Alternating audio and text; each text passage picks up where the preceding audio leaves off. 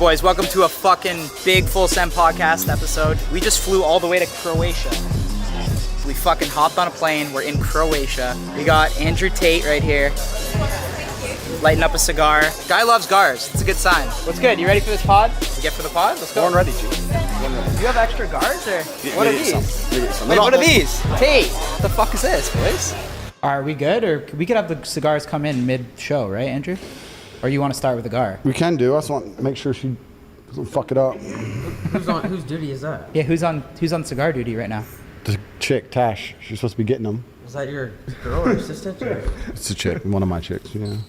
One of my wives. I got 4 wives. I'm from Ethiopia. Do you That's one of your wives for real, or is that a girlfriend? Girlfriend. Yeah, I haven't seen her in a minute. So wait, when you bring a girl, when you bring like a girl, is she a girlfriend or just a girl for the trip? Girlfriend. Girlfriend. Yeah. So you like you put her on cigar duty? Well, if I need a cigar, then I would ask her to go politely get me a cigar. Yeah. What if she said no? How could she possibly say no to me? What if she's like, why do I have to get your cigars? Like, get your own cigars. Why do I have to put you on a private jet to fucking Croatia? Fuck off then. There you go. There you go. I agree with that. Like, Wait. So bye. how many girlfriends? Me? Yeah. Man, I'm a man of God. I'm a good man. I don't want to be in this podcast. Everyone trying to tell the world that I'm some kind of horrible, evil misogynist. Everyone seems to think I am for some reason. I think it's great to have multiple. Do you? Yeah, why not? I mean, if they're okay with it. Yeah. Well, do you have like a ranking system? Like you have a main piece and then side girls? How does that work? I'm a man of God. I read the Bible. I go to church. I don't know. I can't possibly answer these questions. This is obviously going to be watched by every single female that has any kind of association to me, and I'm loyal to all of them. Oh, that's awesome. There you go. So do the math on that one. See, baby, I told you I was loyal. Don't worry about it. So I'm loyal to all of you at the same time. You think it's possible for a man to be loyal to one girl? I think it's possible for men to do lots of things. Sure, we can go to the moon. You can be loyal to one girl. You can go scuba diving if you want to. I don't think that if men were truly honest with themselves that they want to be, I think men are loyal to a woman to try and inspire loyalty out of her. A man will sit there and go, I only want to be with her. But really what they're saying is, I only want her to be with me, which is a masculine imperative and it's natural. And I completely understand that. Every man's the same. But if you could make a woman be loyal to you while not being loyal to her, then you would not be loyal to her. If a man's truly honest and says, if I can press this button and she's loyal to me no matter what I do, am I still going to only be with her? Now, you might prefer her. You might spend 99% of your time with her, etc. Completely get that. But on a long enough time frame for the rest of your human life, if she's going to be loyal to you regardless, are you telling me that without any kind of backlash from her, without the chance of her cheating, without any bullshit, you're going to tell me for the next 50 years you're not going to fuck anything ever once? If she let you, why not? Like, you know what I mean? Yeah, I mean, I feel like everyone would agree to that. Everyone would agree to it, right? So it's different for men and women, is what It's completely different for men and women, and it's also different because a lot of people misunderstand what I say. It's different for men of a certain status, right? If you're a man who has his shit together at a certain level of status, you can say to a woman, look, I love you with all my heart. I want to be with you. I'm going to take care of you, but you're not going to tell me what to do. I'm in charge because this is my life. You're on the Tate train, and we're headed to Success Station. I'm the one driving it, and if you're going to be on my train, certain things are going to happen. If you're unhappy, you can get off. No problem. I feel like you've been experiencing that as like a high value male. Me and Salim kind of just started. I'm hoping Steiny gets there one day, but once you get there, it'll be it'll be dope. When you get into the high value area, it's like it's pretty fire. Well, if you're hard to replace, then you're going to accept more things than you would accept from someone who's easy to replace, right? This is basic human psychology. We can take it away from dating and apply it to basically anything. You will accept your Lamborghini breaking down because it's hard to replace it. You will not accept your Toyota breaking down because you can just go get a Nissan. So it's the same kind of game, right? If you look at a guy and go, he is amazing at everything. I truly feel, I feel happy with this man. I can't find another man on his level who could possibly replace him or fill the hole in my life he would leave. Sometimes he fucks that bitch. Oh, fine. You're more likely to accept it. That's human nature, right? It's not even about intersexual dynamics and all the things I talk about, even though I could use those examples to apply all of my beautiful, completely correct, logical, affirmations. The reason I don't do that is because everyone comes back and goes, misogynist. So fine, cool. Stop them all crying. Let's talk about human nature. People are not going to be quick to replace something or attempt to replace something which is basically irreplaceable. So if you're a high enough status individual, then you get to get away with more. That's basic human psychology, isn't it, as a whole? And I think that I'm with guys here. I don't have to be polite. I don't have to say I think. I could say I know.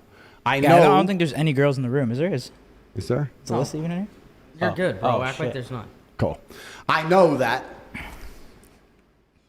women as a whole are quite understanding of their status. Women are very, very intelligent. I know people say I'm misogynistic and people say I say bad things about women. Women are very, very intelligent in certain key areas. And one of the things they are most intelligent at or best at is reading their own status and understanding what they can and can't get away with. Women are experts at that. Like 100%. You get the same chick who will act X way with one guy and get with a new guy and act completely differently. Because Do you think that's subconsciously though? Like with I think it's subconscious, but I also think they spend a lot of time on Instagram, a lot of time looking at their competition, a lot of time looking in the mirror, a lot of time trying to look good. A lot of time, they spend a lot of time on themselves and within themselves, and they're pretty good at understanding their value and what they can get away with when it's compared against the value that's sitting opposite them, right? So they'll sit opposite one guy and be a dickhead and sit opposite the next guy and be a sweetheart. They're quite smart at that, right? That's so facts. It's true. So I think that most women actually, if they get with a guy who they really know has his shit together, they're not going to sit there with that guy and say, listen, you better not, because they're like, if I talk to him that way, he's definitely going to do it. Yeah. So they're going to come at a different angle. It would really hurt me if you, and then once they say it would really hurt me if you, then you can apply counters to that in different ways. You can just simply ask, why would that hurt you? Well, if you're fucking all these bitches, how do I know I'm special?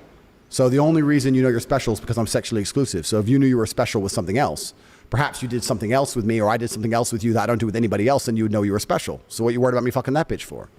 And it can't be that logical because females are not that logical. You can't explain it that way. But I'm saying if you're with a woman long enough and you have frame and you have influence over her and you understand these basic paradigms and you mention them in the correct conversations at the correct way in the correct frame, over time, they'll learn to accept it. I say this and people completely have a meltdown. I don't know why people have a meltdown. It's facts. It's facts. You think any of these dudes you think any of these rappers fucking all these girls, the girls are telling them, you better be loyal. You better be loyal. No, but why? Fuck no. Because of his status. Because they don't want to be left. Because they know he'll just say no, bye. So they just don't, they're like, okay, look at me in the mirror. Can I be replaced? Yes. Can he be replaced? Not easily. Fuck, I got to take this deal. That's the game. And that's human psychology. You can apply that to anything. You can apply it to the fight game. There's an A side, B side. Human relationships, there's an A side, B side.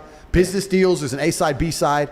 Someone's got to fucking take the B side. So the way you're saying, someone's got to lose. Yeah. To a degree. To a degree. But this is the thing about relationships, because we can talk about relationships as a whole. Everyone says what I say is crazy. All I say is that love is real. Men and women should be in love. A man can be completely in love with a woman and care about her and still sometimes fuck something else. like, the higher your status, the more you can get away with, because that girl's so afraid to lose that, so you can do whatever you want. Bro, it's the same, but it's the same with anything. Yeah. Is it like buy a McLaren? It's not going to work for half the year. They're fucking nightmares, but they're McLarens. So it's just a game. Like, I used to talk to Salim, and he'd have random girls, and he'd be like, yo, I'm crazy over this chick. And I would say, Salim, dude, think about who you are. You can get any girl you want. These are just random chicks, right? Well, now it's multiple. Now it's great. So there's levels to it. And I think that chicks don't realize that until they don't have it, and then they chase back, right? Well, women are also addicted to drama. This is something else you have to understand about females. That's very true. Females are addicted to drama. They are entertained by drama.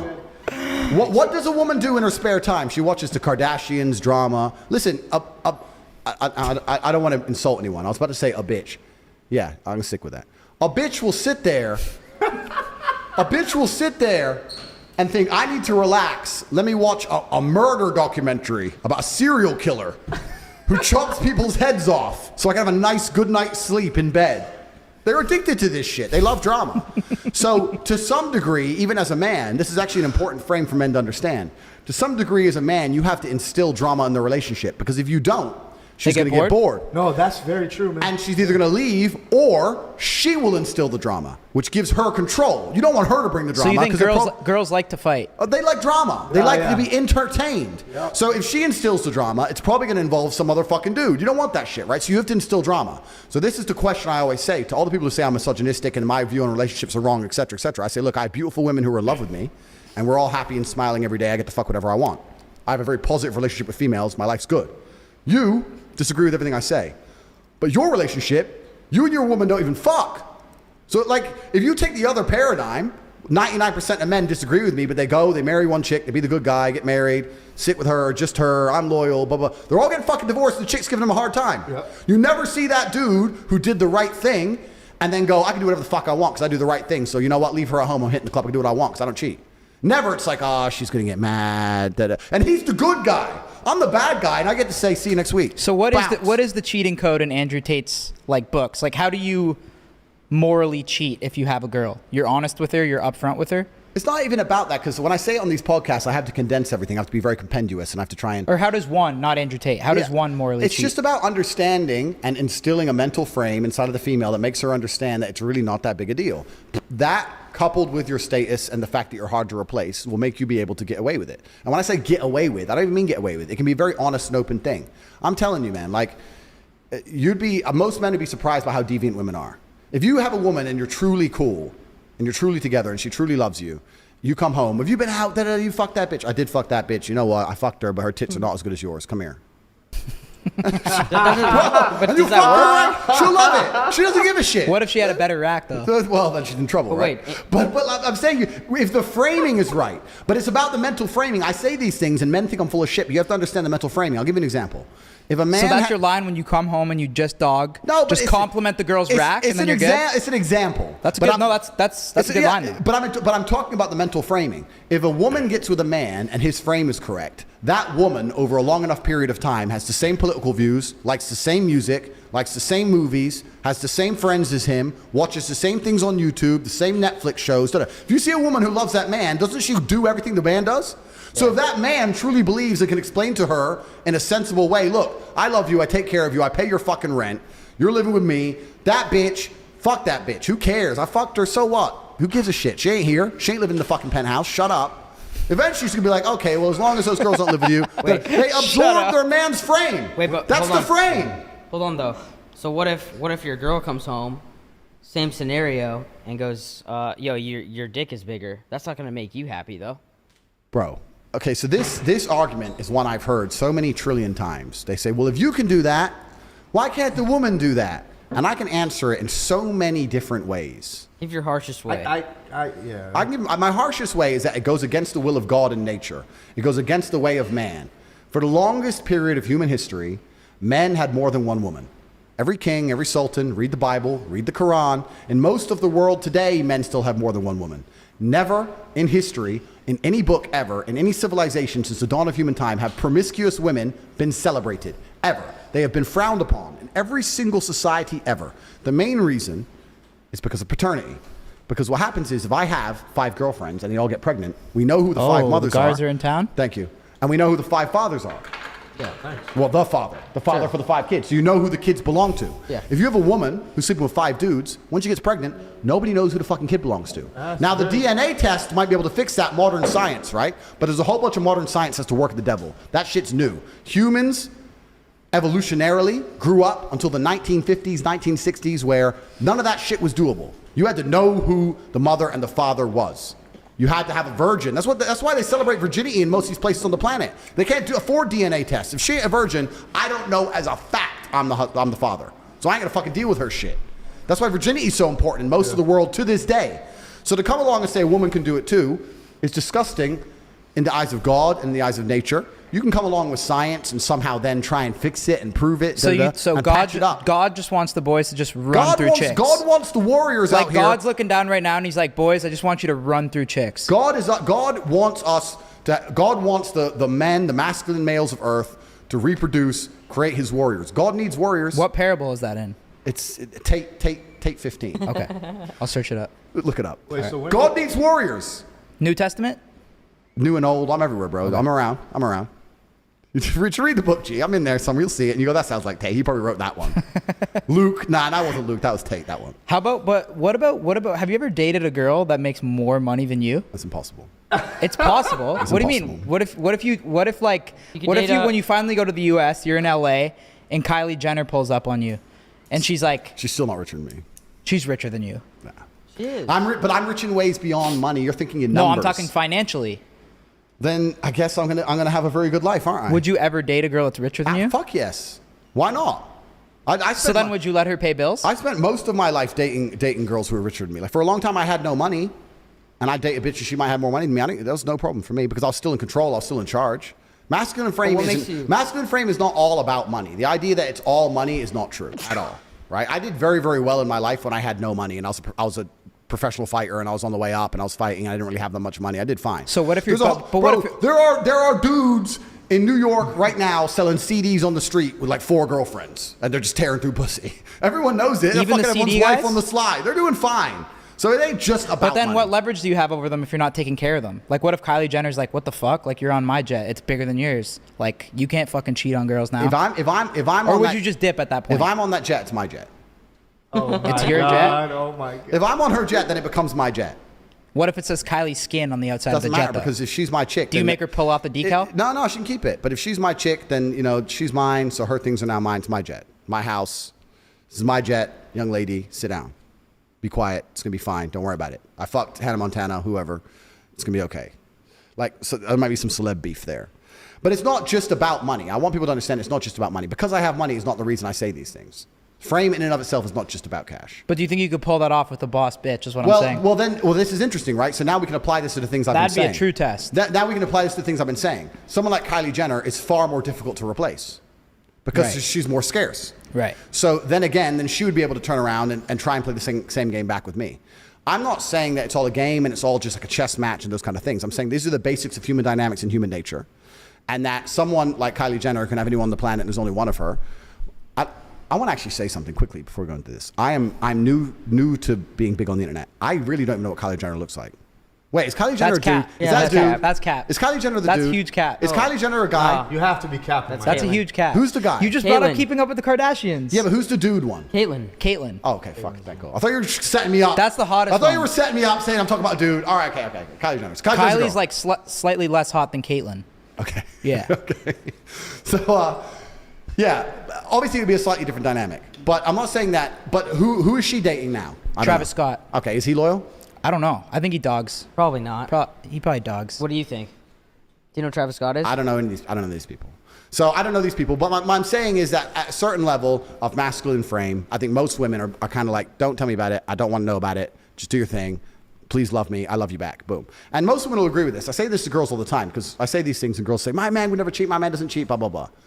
I say, go into his room and demand to see his phone. And no matter what excuse he gives you, don't buy it. Demand to see it. Why do you want that though? Why would you do your boys like that? No, because exactly. Why'd you do your boys like that? Because what's on the phone? Huh? What's on his phone? Probably some shit that Some she doesn't want to see. Some bitch. Yeah. So every man's doing it anyway. So every woman knows it, and the reason she doesn't demand to see his phone because she'll want to have her illusions shattered. Do you think that that's fair for her to want to see the phone and get to see it? Fuck no, I tell her to fuck off. But I'm just saying that women know truthfully because if they truly want to find out, they could, and they don't want to find out. They want to just pretend. Can I ask you something about the body count thing? About having chicks have their body counts on their foreheads? No, you have to explain it first. Explain it be a professional, young I man. will, sorry. Be a professional. We're on one of the biggest podcasts in the world, so please explain He's new to the podcast. He's new to the pod too. By the Oh, way, I'm not so. new. Explain to the podcast You're still what on I trial said. a bit. Wow, yeah, probably with this guy. Yeah. You said you had to have girls had to have lines for each body that they've had on their That's forehead. not even what I said. No, you said it would if girls would have the number of body count or whatever they have on their head, it'd make everything way easier. How so? But how would it be displayed? I didn't know exactly what you said after that, but I know. I'm here on this podcast, you guys. You don't even understand what I said. I'm upset. Because we want the audience to know, so we need you to dive into it. I said that a lot of the world's problems could be fixed if women walked around with their body counts on their foreheads. I didn't say lines. Sorry. And what it's would be fine. fixed? Like world hunger? Everything will be fixed, bro. I'm talking why? about society at large could benefit from that scenario. What is How that? so? What does that fix? Because you have to extrapolate it. You have to extrapolate it and look at it the meta point. If women can't just sleep with anybody and everybody because they're going to be known for it and shamed for it, they're going to be very, very selective with who they sleep with. If they're very, very selective, then men are going to have to be very, very, they're going to have to be very, very hardworking and very, very dedicated to becoming a man worth sleeping with. So now men are going to be more honorable. Men are going to try harder. Men are going to be more interested in making sure that they're a person who's upstanding in society. Women are going to be very selective who they choose. They're more likely to stick with a guy through thick and thin because they don't want to add a new number to their head. Families will return. Families are an extension of society as a whole, right? It's family, then it's town, then it's city, then it's state, that makes somewhat sense. No, then I it's the disagree. country. They should make a Black Mirror episode about that. But They should try it. I because disagree. Of course you disagree. But I'll tell you why. Tell me why.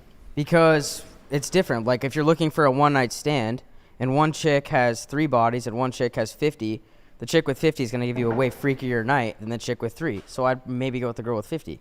You're going to walk around looking for chicks thinking, I want one that smells For a of dick. one-night stand, though. I want one who's been plowed. Who's gonna give you a freakier Yeah, I night? wouldn't Yes, want Steiny, that. I wouldn't want that. I don't G. think For anyone a one thinks night like that. stand. Any Okay, guys two would want bodies. that. Two bodies. Are, Yeah, fucking, you can give me a virgin for a one night Who the hell stand. goes Yes, for the sir. girl with the higher body Bro, it's count? fresh puss. yeah. That's Okay, a- but that's a yeah, weird but then there's a take lot right more. there. There's a lot more like bullshit behind the scenes that you guys probably aren't. Has thinking anyone about. ever heard that? I would never.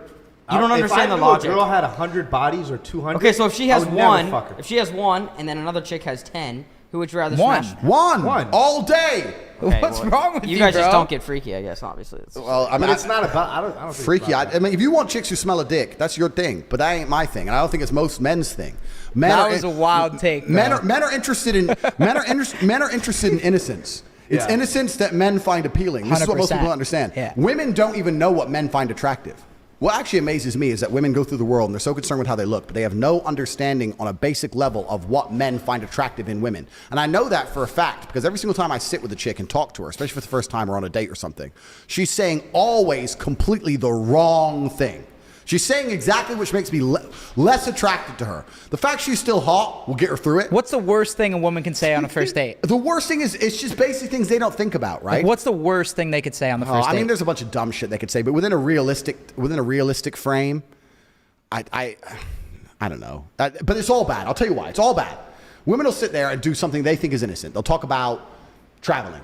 I've been to here and I've been to there and I loved when I saw this. My favorite place is this. Da-da. When you sit with a dude on a first date and tell him how many places you've been, all he's thinking is you've been fucked. Yeah. You've been Yeah, fucked by who paid for that? Yeah, who paid for that? Yeah, Oh, yeah. nice hotel, bitch. Like it's bullshit. Like shut the fuck up. And on top of it, men want innocence, and the reason we find innocence attractive is because we want to be the female's portal to the world. Yeah. If I meet a woman, You want to hear they've never been anyway. never.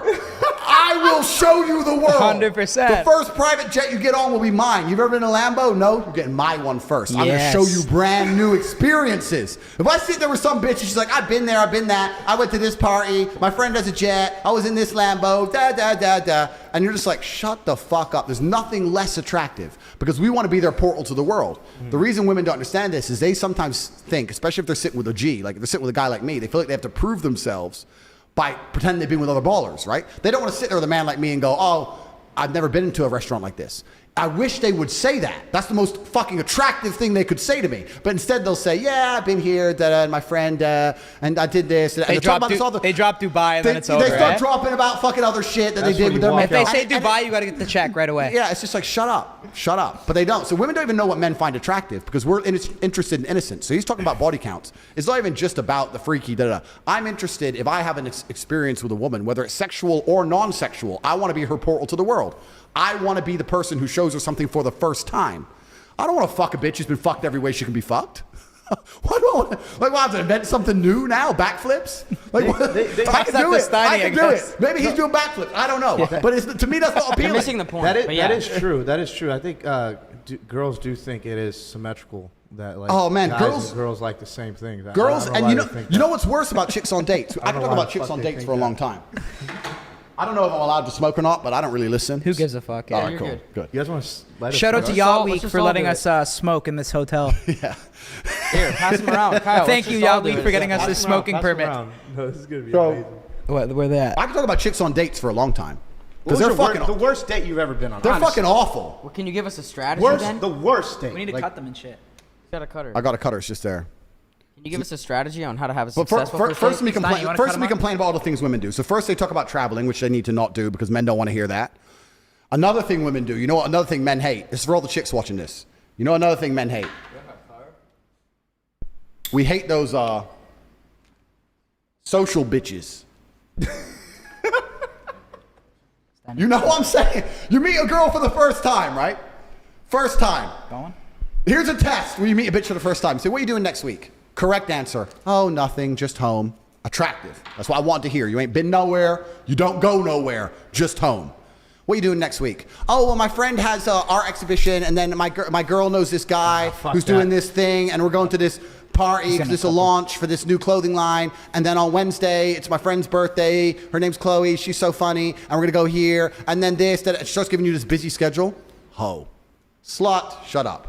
Unattractive, don't want to hear it. You're a hoe. You've been too many places. You're not home enough. You're not reading the Bible. Uninterested. Busy bitches, social bitches, unattractive. Next thing that's unattractive that women do is when they fucking say So you hello. think all social bitches are fucking though? I'm not What talking if about fucking. what if they're out there just grinding? It's about that men don't want that. I'm talking about pure just attraction. She could be an innocent angel doing all these things. The fact that still she's going to sit there with me and start talking about all these places she goes, I don't want to hear that. I want to hear innocence, purity, sit at home, don't do shit. I don't like when they're sluts, but I kind of find it hot when they have their own shit going. You have her own shit going from home. From No, wherever it is, as long as they're not fucking. Okay, no, but the problem is that you're saying they're not fucking, right? If a woman's going to all these different places and she's attractive, lots of guys are at least trying to fuck her. But not if she's with a top G. Okay, that's right, but she's not with you yet, is she? It's date one. If she is. Yeah, okay. Yeah. So it's date one, right? It's date one. So for the last X amount of months, she's been running all over XYZ, meeting XYZ, and then you have to look at her and have enough faith that nobody's ever managed to put their dick in her ever. And the truth is, it really ain't that hard. So it's like, social bitches are worse. I walked in a restaurant with a girl, and she's like, we're waiting in this little line. There's like 2 people in front of us, like literally 1 couple in front of us. The line would have been maybe 6 seconds. So it wasn't even worth kicking off. Oh, I know the manager. What did it? And I looked at her and go, how do you know the manager? Oh, I just know him through that. I was like, I just wanted to leave. Like, and now I'm just like, now you know the manager of the best restaurant in the city. You're a fucking, now I got to sit there. You're a hoe now. How many times have you been here? With who? Who have you fucking been here with? It's off-putting. It's disgusting. I see what you're saying, because like a lot of the times when men deal with women, I mean, it is sexual. You know what I mean? So like when she, obviously you're probably thinking, oh, you know the manager.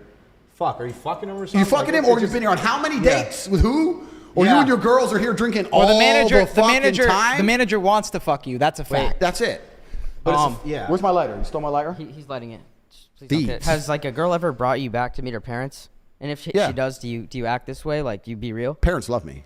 You act this way though too? I love you. Parents love me. Can you show me how to light it? Sure. Do you tell the dad, like, I'll never stay loyal to your daughter? Nah, but I say something else. I say, look, she's been out too much. Finally, Save that, like, for dessert maybe when that comes, right? Finally, she's under control. Like, don't worry. She was living haram, but I'm here now. She's gonna live a good life now. I'm glad I met her before it was too late. I'm gonna save your daughter. Yo. I'm here to save her I life. like this, bro. This is good. Dads probably like you. Moms might not. Oh, they all love me. You're low-key a lover boy inside, I feel like. No, But you just don't show it. I believe in love and that. I'm just You're a big cuddler, low-key. You like cuddles, yeah. completely. I'm a nice guy. Yeah. But all I'm talking about is just the things women do on dates that are unattractive. And I'm just saying that women do so much shit that's unattractive. And usually, it's 99% of the time they're talking. They're just saying unattractive shit, talking about where they've been, And this goes back to the meta point that we want to be their portal to the world. We want innocence. It's what men are biologically attracted to. So if any woman out here is watching it, roll it sideways. It's a DuPont. Roll it sideways. DuPont, Salim. Fuck is this? Sideways. It's a DuPont, bro. From the middle of the lighter, roll it sideways. Oh. Down. No, lower. In the middle of the lighter. That's it. So, I'm telling this for all the chicks who watch the podcast. Let's say you're going on a date with a guy and you really want to get him. You ain't been nowhere. You ain't done shit. You're an undiscovered diamond. I don't know. I've never been to a place like that. Oh, how do I open the car door? I don't know how Lambo car doors work. Oh, I've never done this. I've never been there. I've never been on holiday. That's what a man wants to hear. He does not want to hear the story. Oh, yeah, I went there once and me and my friends, all 4 of us went there because it was our party. And shut the fuck up. It's unattractive. But wait, how do you... And women don't know this. Women don't know this because they'll say all this shit and the man will still bang them. So they think they did good on the date. Oh, he banged me. Well, no, he was going to bang you anyway, no matter what you said. But if you want him to love you, you need to learn to shut the fuck up. This is true because men find innocence attractive except for him. Do you think it's harder? I'd agree with men find innocence attractive. That's Yeah. But do you think it's I didn't even actually realize that until you said it. Would you, when you go on a date with a chick, would you rather hear her say, I've never been to the club ever, or I go to the club every weekend? Obviously never been to the But do you club. think it's harder to find hot girls in that situation? Oh, it's certainly harder to find innocent hot girls because hot girls are absolutely and utterly corrupted because they're corrupt, because they're an asset that men try and corrupt. Men try and find hot chicks and show them the world. Yeah. So you have to be there first, right? It's not easy to do. I'm not saying that it's easy. I'm saying do you it's get what there first, though? It's how do you get there first? You just got to be a G about it. There are the odd ones. You can find the odd one who's a bit older, who hasn't had too much experience in life or sat around with some dork for a while or whatever. But in general, this is also one of the reasons men find youth attractive. You want to blow up the internet? I'll blow up the internet right fucking now. The reason 18 and 19-year-olds are more attractive than 25-year-olds is because they've been through less dick. I'll say this right here on the fucking internet. I don't give a shit. People will sit there and go, oh, you can't say that. Yes, I can. A 19-year-old is more attractive than a 26-year-old woman, and I'll tell you why. Because that 26-year-old has talked to more guys, been to the club more times, been more places, been fucked and dumped more times, more arguments, more heartbreak, more bullshit, more mess for me to clean up. Whereas a 19-year-old might have had one guy from high school, just broke up, she's fresh, and I can fucking put my imprint on her and make her a good person, and without her having to go through all that detriment to learn about life. So what's your key age range? 19 to... It's not just about the age range. Just the It's- example. No, I know, but it's what's your preference? I mean, hot girls are hot girls, Yeah. right? I don't know. Hot girls are hot girls. But my point is that older women, the reason they're less attractive to men, even if men don't instinctually understand it, is because they've been through a whole bunch more shit. And we're not interested in dealing with someone else's problems. If you get with a girl who's 26, 27, she's going to be sitting there going, I know men like you. I've seen what men like you do. You ain't going out today. Yeah, I don't like that. I ain't dealing. So you're telling me, wait, you're telling me you were innocent and sweet for this dude. You were nice to him, he fucked you and messed you up, and now I deal with the attitude problem you've developed because he got your pussy? I didn't even want him to fuck you in the first place. You should have been a virgin when you met me. Now I'm dealing with your shit?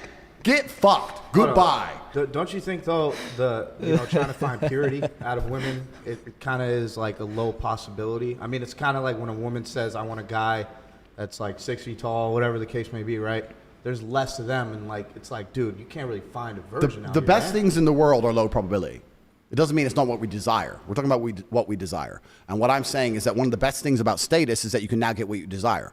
So at status, most men have this dream of sleeping with endless women. I could, if I decided, could sleep with a new woman every single day for the next 10 years. All I would have to do is reply to my Instagram inbox. It would not be difficult. I could do it. It's not interesting to me.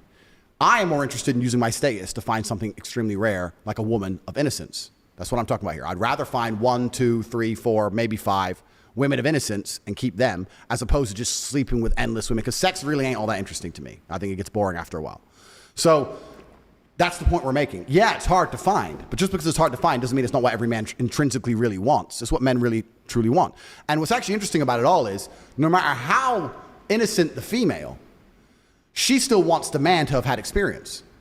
If you were to ask a virgin woman, do you want a virgin boyfriend? She'd say no. Or if she slept with one man and she had lived a good life, do you want a man who lived a good life and been with one woman? No, maybe she should have slept with a few more. They want you to have been X, Y, Z, right? So you could have been a playboy and slept with 1,000 girls and get with a virgin. She wants you to be that way, and you want her to be that way. It's fine. That's how it's supposed to work. The reason it's all fucked up now is you got women out here who slept with 100 dudes, sleeping with a guy who fucked like 15 chicks, and he wonders why he can't keep her under control. Well, of course fucking not. How are you going to pull that off? It's hard for guys. It's hard for dudes, man, because these chicks are just running through dick. It's hard, and if they run through enough dick, they're eventually going to end up on some a real G's dick. We talk about, I get called a lot on the internet one of these red pill guys, and it annoys me because I'm not. What's that mean? Oh, this whole red pill manosphere. What does red pill mean? Oh, something about girls and dating and all this shit. I'm not one of them. But some of the things they say is true. And the point I'm trying to make is that if you get with a woman who slept with enough dudes, eventually some of those dudes are going to leave an imprint on her you can't fill. I be honest with you, I feel sorry for any man who's with any of my exes. You're going to come along, you ain't me, I could whoop your ass, she knows I could whoop your ass, you can't give her what I give her, you can't do what I can do, and now you're sitting there going, oh, I still love you. And the deepest, darkest night, she's laying there next to you going, you ain't Andrew. You just tried your very best. That's a good feeling, You man. just tried your very best, and that didn't feel like it when Tate did it. And that's it. So like it's like they're widowed in their mind, and you can't truly attach to them because part of them still belongs to someone else. This is what happens at true status. If I run through 10 chicks, I get to know I've ruined 10 wives, guaranteed 10 divorces, guaranteed, because whoever she marries, she will not be happy with because she will dream of me for the rest of her fucking human existence, guaranteed. That's how it gets. You get to that point at a certain status of man. How do you get to that point? You got to get your shit together. How many push-ups you done today? None. The fuck? Why ask me stupid questions? How many have you done? Bro, I do push. I'm ready. I live ready. I do push-ups in my sleep. How many push-ups do you do a day? I don't really train the gym too often. I do like 500, 1,000 push-ups a day. If I'm ever on the computer, I set myself little targets. So if I'm on the computer and I'll set a time, or I'll say when this song ends or whatever mentally, and then I'll just drop and do as many as I can. You try to do a 500 to 1,000? 500 to 1,000 a day, yeah. I could do How many can 500 you a day. bang out in one set? 100, 150. Wow. So What else is your like lifting schedule? that's like? it, man. I just do a bunch of push-ups. Just push-ups. Bunch of push-ups. If I'm in the gym, I'll train, but Yeah. I live on the road, so I don't often get access to a gym. You guys don't just go to the gym on like... Well, if I stay in a nice hotel, there'll be gyms, but I do Yeah. lots of like car rallies and shit. I'm on the car, or I'm about to be on a boat for a week, and this kind of shit's hard, right? But you can So easily what, you find must time. diet really good then, no? Not really. You eat whatever the fuck you want? I eat basically whatever I want, drink a lot, smoke a lot. Damn. Yeah, but like 1,000 push-ups a day is enough if you actually just a drop. And this is another thing that we can go into another point, a meta point. Is that really the key? Like just doing push-ups? Yeah, but you have to live with competitive males. This is another point it's kind of related to what I was going to say. One of the reasons my life's so fantastic and I'm such a high-performing human being is because I live with other competitive men. You are the sum of the 5 people you spend the most time with. If I'm in a group of 5 men and all of them are dropping doing push-ups all the time, am I going to be the only one who doesn't do it? That's so funny. I'm asking. It's No, a genuine it's question. true. I'm If probably everyone gonna- starts I'm probably busting out gonna push-ups, drop. am I going to be the only guy who goes, oh, my arms are tired, like a bitch? If I hung with you for 5 days and you boys are just ripping push-ups, You're all going to the start time, doing I'd them, probably- right? Yeah. Now, if we're doing more than you, you're going to try and beat us. Yeah. So you're going to do as many as you can. No, of course. You Of are course. who you are who you're you're around with. in every situation. That's right. So of if life. I'm rolling with people and we're all in constant competition, then you're going to stay a competitive male. So the reason it's easy for me to do push-ups is because I think healthy competition is the key to everything. It's in the life. health. It's the key to masculinity. Men, for the longest human period of time, were in gangs or armies. This is how we've always been. So if my brother, who's bigger than me, drops and starts doing it, well, I'm going to sit there and go, oh, I don't feel like it. So you have to be competitive. There's another thing that actually ties into things we're talking about, where it's actually detrimental when women and men live together completely and exclusively. Women always say this. When women get a real G, they try to attach themselves to you. Don't live with your boys anymore. Live with just me. Come on, we'll be a real couple, blah, blah. And I understand why they want that, because they want to remove you from all the bullshit they're afraid of, right? The girls, the parties, the fun. They want you to completely rely on them so they have power and control over you. But if you live exclusively just with a chick, you are not going to be as competitive as a man. So it's not smart. It's not, well, it's going to make her happy. That's fine. But I'm talking about purely emotion out of it logically. You're not going to be as competitive as a man as if you live with your boys who are competitive. If you're training for a fight, you don't live with just your chick, you live with a bunch of men. Trainers, It's done on purpose, right? If you're with your boys and you're all competitive, and it doesn't just have to be physical, you can be competitive with anything. If you live with 5 millionaires and they're telling you every day how much money they're making, you're going to be really pissed off being broke. You're going to be furious. Yeah. You ain't going to have it. 100%. But if you're living with your chick and you're broke, but she cooks for you, she sucks dick good, you watch Netflix, you can get very, very comfortable very, very quickly with very, very little living with a chick. So there's another reason my life is so fantastic, is because if I had a woman, no matter how perfect she would be, I'd be like, look, I live with my brother and my cousin and my team. I live with you sometimes. Yeah, I stay with you sometimes, but I'm with them because I must compete against them. Because competing against them means I automatically compete against the world and I automatically win because I'm living with some of the most competitive people on the planet. That's how it goes. So there's another thing that ties into it, right? So the whole frame, what's actually also very interesting is, I need the lighter again, if you don't mind, my friend. The lighter? Where is it? Oh. We're talking about status and how women love status, but are you going to be a high status man if you're not competitive? No. So you'll get a chick, you'll fall in love with her, you go, this is a really good one, let me move in with her, let me do the right thing. You're going to live with her, and you're slowly, over a matter of time, years, months, whatever, going to fall off. And now there's other dudes out there who are hungry. That's true, man. Hey, bro, and then you're going to wonder why everyone's getting divorced. I'll tell you why, because you moved in with that bitch and got a belly, sitting around eating lasagna. That's why. I will say that's true. I mean, I had a girlfriend once, and I felt like I wasn't doing as much, but once it was over, it was game over. I was just going nuts. Oh, Croatia. All right, bro. All right, boys, we had to pause the pod for a sec. I'm watching this with you boys right now, too. This shit's fucking hilarious. We are dropping on fullsend.com. It's live right now. High-value male shirts. Absolutely fire. Limited stock. So if you guys want one, cop one right now really, really quick before they sell out. Fullsend.com. Let's get back into the pod. I find that very true, the falling off thing, because when you get too comfortable and you feel as if like you're content with life, like especially with just another girl, it's gonna be hard. I mean, well, women want to make your life comfortable. A good woman, yeah. All right, bro. A good woman will do what she's supposed to do, which is make your life comfortable, right? She'll cook for you, chill, blah blah blah, which is fine. That's what she's supposed to do. She's a good chick, but it's gonna make you comfortable. It's gonna make you lazy. You are gonna lose your competitive edge. I will say that. Yeah. So if you're most competitive when you're a man, in fact, this actually can be translated into a bunch of things at large. You can translate this to society as a whole. You can translate this to basic things like fucking crime rates, G. You look at some of these countries in the world now where crime is getting out of control. A lot of it is related to the fact there's military-age men or young men in gangs who can't get no pussy because women are just chasing clout. And you got these young men who can't get no pussy and they get angry and aggressive and they're like, well, what can I do about this? I need to matter. Get rich or die trying. So there's like it's all related. Like women are required to a certain degree to soften men. I understand that, and having no women in your life at all will make you dangerous. It'll take it too far. But you can't go too far the other way and just become fucking soft. Yeah. What's your thought on Islam and everything? Because I know in the Quran and stuff, like you could have up to 4 wives and stuff. So I've seen you talk about it a little bit, but I would like to know like what you think about it. I think it's the last religion on the planet. You think it's the right religion? I think it's the last religion. So if it's the last true religion on the planet, then it has to be the correct one. Because I don't think How is it the last one? It's the last religion because no other religion has boundaries which they enforce. If you will tolerate everything, then you stand for nothing. If your book says X, but you refuse to say the book says this, I'm sticking to what the book says. Doesn't matter what the subject is, right? I don't want to get us banned. I think everyone can work it out. If you're a Christian, 99% of Christians are ignoring every single rule inside the Bible every single day. Christians interpret the Bible, you're saying? Like they pick and choose what they want to stick with, they'll try and say, I interpret it differently. I believe in God, but I don't believe in that part. That's not what the book says. It doesn't say ignore half of me. It says follow me. Only Muslims follow their book. No, true. So they're the last religion. Yeah. Who gives a shit if Christians come along and say, I'm a Christian, Give a fuck. You ignore the Bible. Well, isn't there a lot of Muslims that don't follow the Quran too, though? I'm sure there's a lot of Muslims who don't completely follow the Quran. But I'm saying that if you were to go out there and try and find Muslims who live true to the Quran completely, you can find them. Yeah. You ain't going to find a I think single... you can find Christians. No, you won't. Bullshit. No, Yeah. Bullshit. Muslim religion, I mean, not to even, no diss on any religion, but like, dude, you're not going to find a Muslim slut.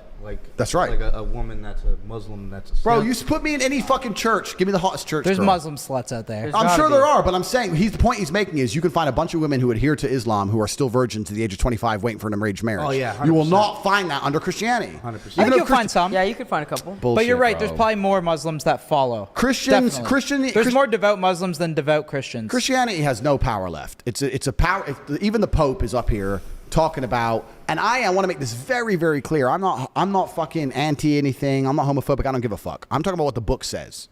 If the book says man and women lay together, and then the Pope is going to stand up now and say that you can be a gay preacher, the book doesn't mean anything now. So the whole religion doesn't mean anything. So the rules don't mean anything. If you're tolerant of everything, you stand for nothing. The problem is with religion is that it naturally needs to be intolerant. For a religion to be a religion which is respected, it needs to be intolerant of certain things. Yeah, but you can't say we're a religion which tolerates everything. Now you have no belief systems. But when was that book written, It does, yeah, completely. But the world evolves. So. Completely. So Christianity's evolved into nothing. Islam hasn't. This is the point I'm making. The point I'm making is if you're going to throw your own rules away, you can't stand up and say this is a religion, these are our doctrines, but we tolerate everything and we don't punish anyone for anything and none of it really matters. Are you a Christian? Well, who the fuck isn't? Biggest hoe in the world's a Christian. Porn stars are Christians. Who gives a shit? It doesn't mean anything. It's different with Islam. With Islam, you can't get away with it. Even if you're saying that there's some Islam sluts, etc., fine, that's cool. But people don't stand up and openly disrespect Islam. Oh, hell no. Because they're afraid. So once again, if you don't have rule systems and doctrines and beliefs and prophets, which people are afraid to mock, are you even a religion? People won't disrespect Islam. Nobody will disrespect it because they're scared.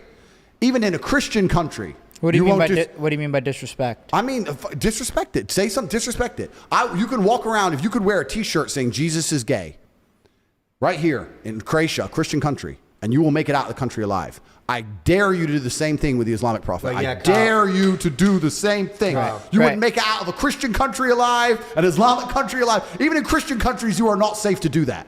You do not disrespect their beliefs. Yeah, disrespecting Allah is... No, you don't do that. Yeah, you don't... Nobody does it. So what I'm saying is, if they're the last religion on earth that people are afraid to disrespect, if their God is the last God on earth that people are afraid to disrespect, then he's the only God that matters. If every other God can be mocked, laughed at, put in video games and fucking shot at, stupid shit, dressed up gay on TV shows, ha ha ha ha, what kind of religion is that?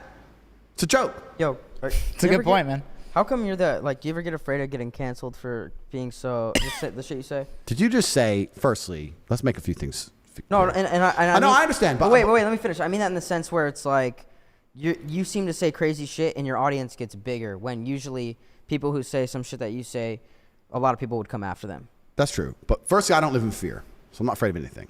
But how could you get canceled? Because most of your shit is not even your own accounts, right? Secondly, I'm just breaking down the sentence as a professional because that's what I do. You said fear of getting canceled. So the first word incorrect was fear. I'm not afraid of anything. I don't live in fear. Second thing is canceled. If I was going to be afraid of anything on the planet, the last thing I'd be afraid of is getting canceled. Like, I've had people try to kill me. I have real enemies as we stand right now. There are groups of men waking up who want a bullet in my head. I don't give a fuck if some dork on the internet makes a video saying cancel Tate. Don't give a solitary shit. I have real problems. So just breaking down the sentence. I'm not afraid of shit. Would never be afraid of getting canceled. To answer the meta question as to am I worried that someone's going to hear something I say and then be offended and then people aren't going to follow me anymore? Once again, I couldn't give a fuck. I don't give a fuck. I say what I think. These are the things I truly believe. Some people agree with me. Some people don't agree with me. And that's absolutely and utterly fine. You're right. I am doing very, very well, despite the fact I'm saying things I'm not supposed to say. Yeah, it's crazy. It's crazy. I am doing very, very well. But I think the reason that is because people know I'm authentic. People know I actually mean them. I can explain them in a way that makes them hard to disagree with. Even feminists struggle to argue with me on a lot of points. And also, I really do believe the things I say, most people intrinsically, even if it's a lesser version of, even if it's less extreme, agree with me. Most men intrinsically agree with a lot of the things I say. Man, So- yeah. I'm surprised no feminists have ever come for your neck. No, they've tried, but how can you come for my neck? How can you come for my neck when their basic battle cry and their basic weapons are ineffective? First, let's call them a misogynist. Yeah, I'm a misogynist. Okay, next. You're sexist. Yeah, probably. Next. Okay, I'm going to cancel you. Don't give a fuck. I ain't even got nothing to cancel. I'm on everyone else's account. I ain't got an account. Next. Okay, well, we can't call him an incel. You're a misogynist. Like, it's just a circle. They don't have any weapons. Yeah. They have no weapons against me. Yeah. How are you going to sit there to the dude sitting with a bunch of beautiful women in his mansion and then say, you're a sexist? You're ugly. You're a 3. These chicks are hot and they chose me. I don't give a fuck what you say. I'm not interested. It's interesting. It's actually very unfortunate. It's kind of unfortunate because women are completely and utterly solely judged on how they look. Like, a lot of these feminists are they're so busted. Like, if you're going to be a feminist, at least get hot first. Because if you're hot, you'll matter. Oh, the hot bitch said this. Do you ever think But if the ugly bitch said this, oh, you hear what the ugly bitch said? Have you ever heard it? No one cares. Nobody cares you're ugly. Yeah. Just nobody cares. I understand why you're mad. I'm me, and the hot bitch is with me. I get it. You're mad at God. That's fine. But what are you going to do? Cancel me? I don't care. Make a video. Keep making videos. I don't care. There's a direct correlation between that, right? Hot girls aren't going to come after you, but the ugly ones will. Hot girls love men who are prepared to protect, provide, take care of them. If you're prepared to protect, provide, and take care, to a degree, you see yourself in a position of authority. To a degree, right? I need to take care of her. I'm going to pay her rent. She's going to come on my boat. She's going to listen to me. She's going to have a good life. You see yourself in a position of authority, so which means to some degree you are misogynistic. Women, beautiful women, love misogynistic men.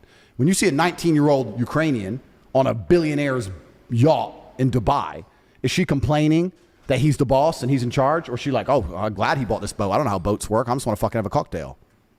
Be a misogynist. Cool. You work out the port fees. I don't give a shit. God damn it. So they love misogynists. So the only women who don't love misogynists are the women who are too ugly to get fucked by a misogynist. And then they want to come along and try and cancel you on the internet. I don't give a shit. Cancel me. I will stand up right here and say I am sexist. Now, I don't mean that in a bad way, right? Because I'm sexist both ways. I try and say this all the time, but no one can seem to fathom it, especially not feminists with their minuscule brains. There are certain things in the world that I only trust men with, and there's certain things in the world that I only trust women with. I'm not talking about superiority, because superiority is field dependent. Men are better at certain things. What's Women are the better one at thing certain you'd things. never let a woman do? The top thing a woman you'd never let her do over a man? Oh, there's loads of things, bro. Loads of things I never What's let the top women Can you do. give us a couple? I'll tell you the number one thing. So anything that is violence related, women should be nowhere near. So I'll give you an example. My woman is very well trained that if it goes off in the street, she needs to just run and scream. If I say fuck off, leave. And I'll tell you why. I have seen the number of times I've seen a man walking with his chick, some beef goes, the girl tries to like get in the way. She doesn't want her man or the fight to happen, get hurt, da-da-da.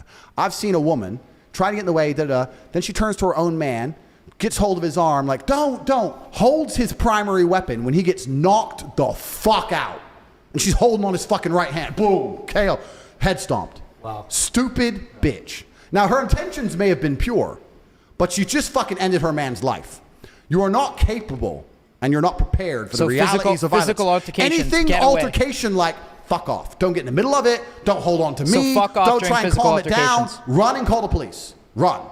But there's, because I see it so many times, bro, especially if a man's outnumbered, because the chick might love him. She might have truly pure intentions. Might have 3 dudes on her guy.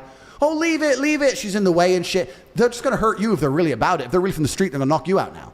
Like, what the fuck you there for? Now go protect you and me? Get the fuck out of here. So anything violence related. That's why I don't even like holding hands with a chick. I've seen it happen, man. You're holding hands with a bitch down the street.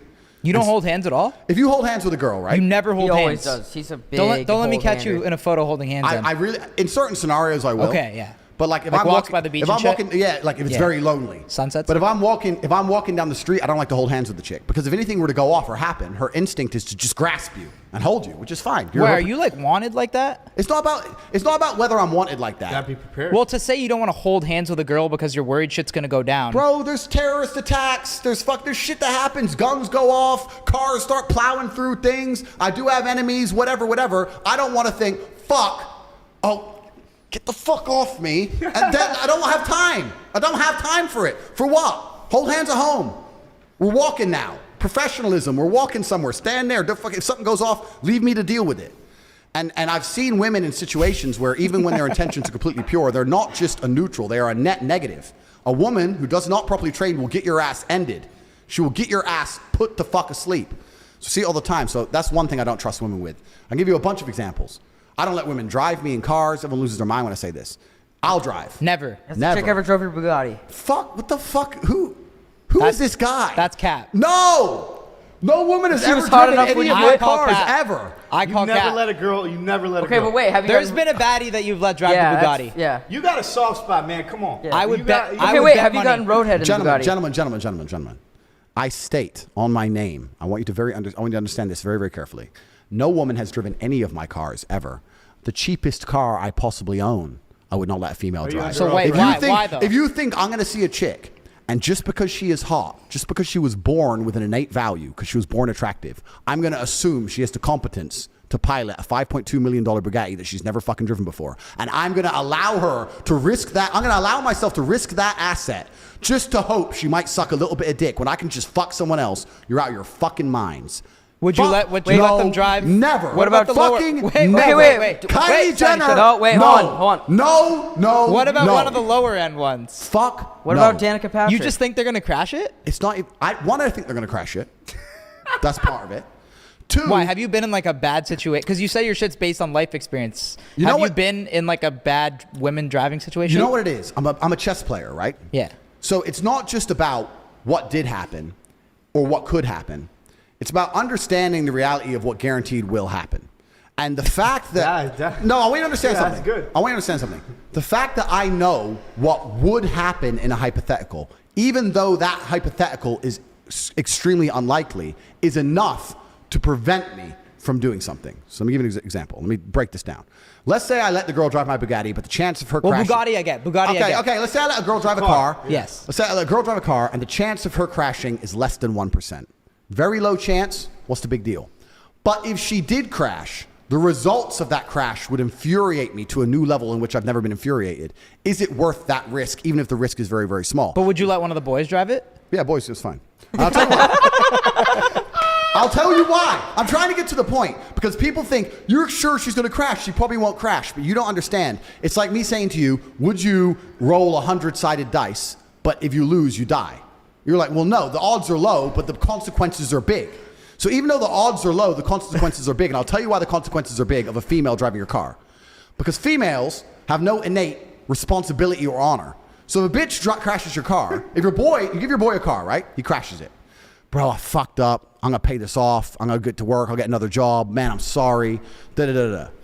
Bitch crashes your car. Well, it wasn't even my fault. That guy came out of nowhere. I didn't even know. Yo, I didn't even you know are it. so And you right. have loads of money and you have loads of cars. Just buy a new one and I can't afford it. And then if you get too tough to her, look, you better fucking pay. She's just going to block you and fuck some other guy. That's all that's going to happen. Some shit like that Yeah, happened he's to pretty me, right. Bro. No, Okay, some he's right on that. Some shit like that happened to me, bro. This girl scratched my car with her nails, Tate. and I seen it on my camera car, and she tried to be like, You got money. What are you worried about? You got money. Did she end You up are paying right. it? They have no responsibility. I didn't let her. If they were to take responsibility for the issue to the point where, like, look, I fucked up. I'm going That's to so pay this. true. They won't. So why the fuck am I going to take the risk when I know they would crash my fucking supercar and not give a shit? But girls don't like confrontation at the end of the day, though. I mean, Girls don't know. Wrong. Well, Girls in a don't way like. where it's- Girls don't like responsibility for shit.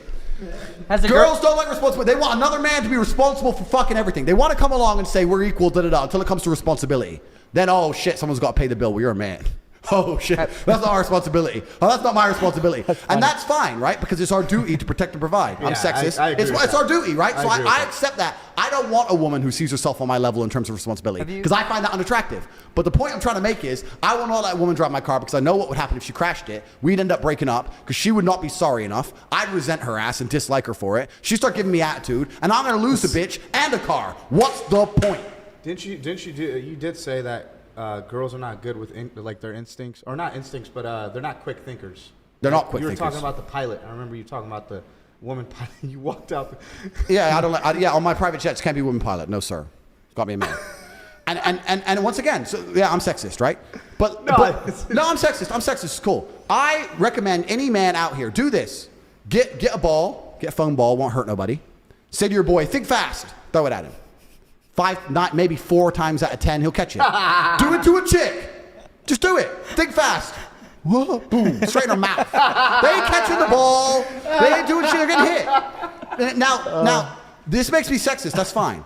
But let me just explain something. There are scenarios where I'll make fun of men the same way, saying that women are a million times better in said scenario. So I'm not talking like I hate women. I'm talking about that in my life experiences, there are certain scenarios where if I want pure competence and I'm looking for the most competent individual, their gender is related to that competence. And it goes the other way also. There are scenarios where I would only trust a woman over a man. And most women, when women first hear what I say, they get annoyed. But if they have a brain, they sit there and go, you know what? He's right.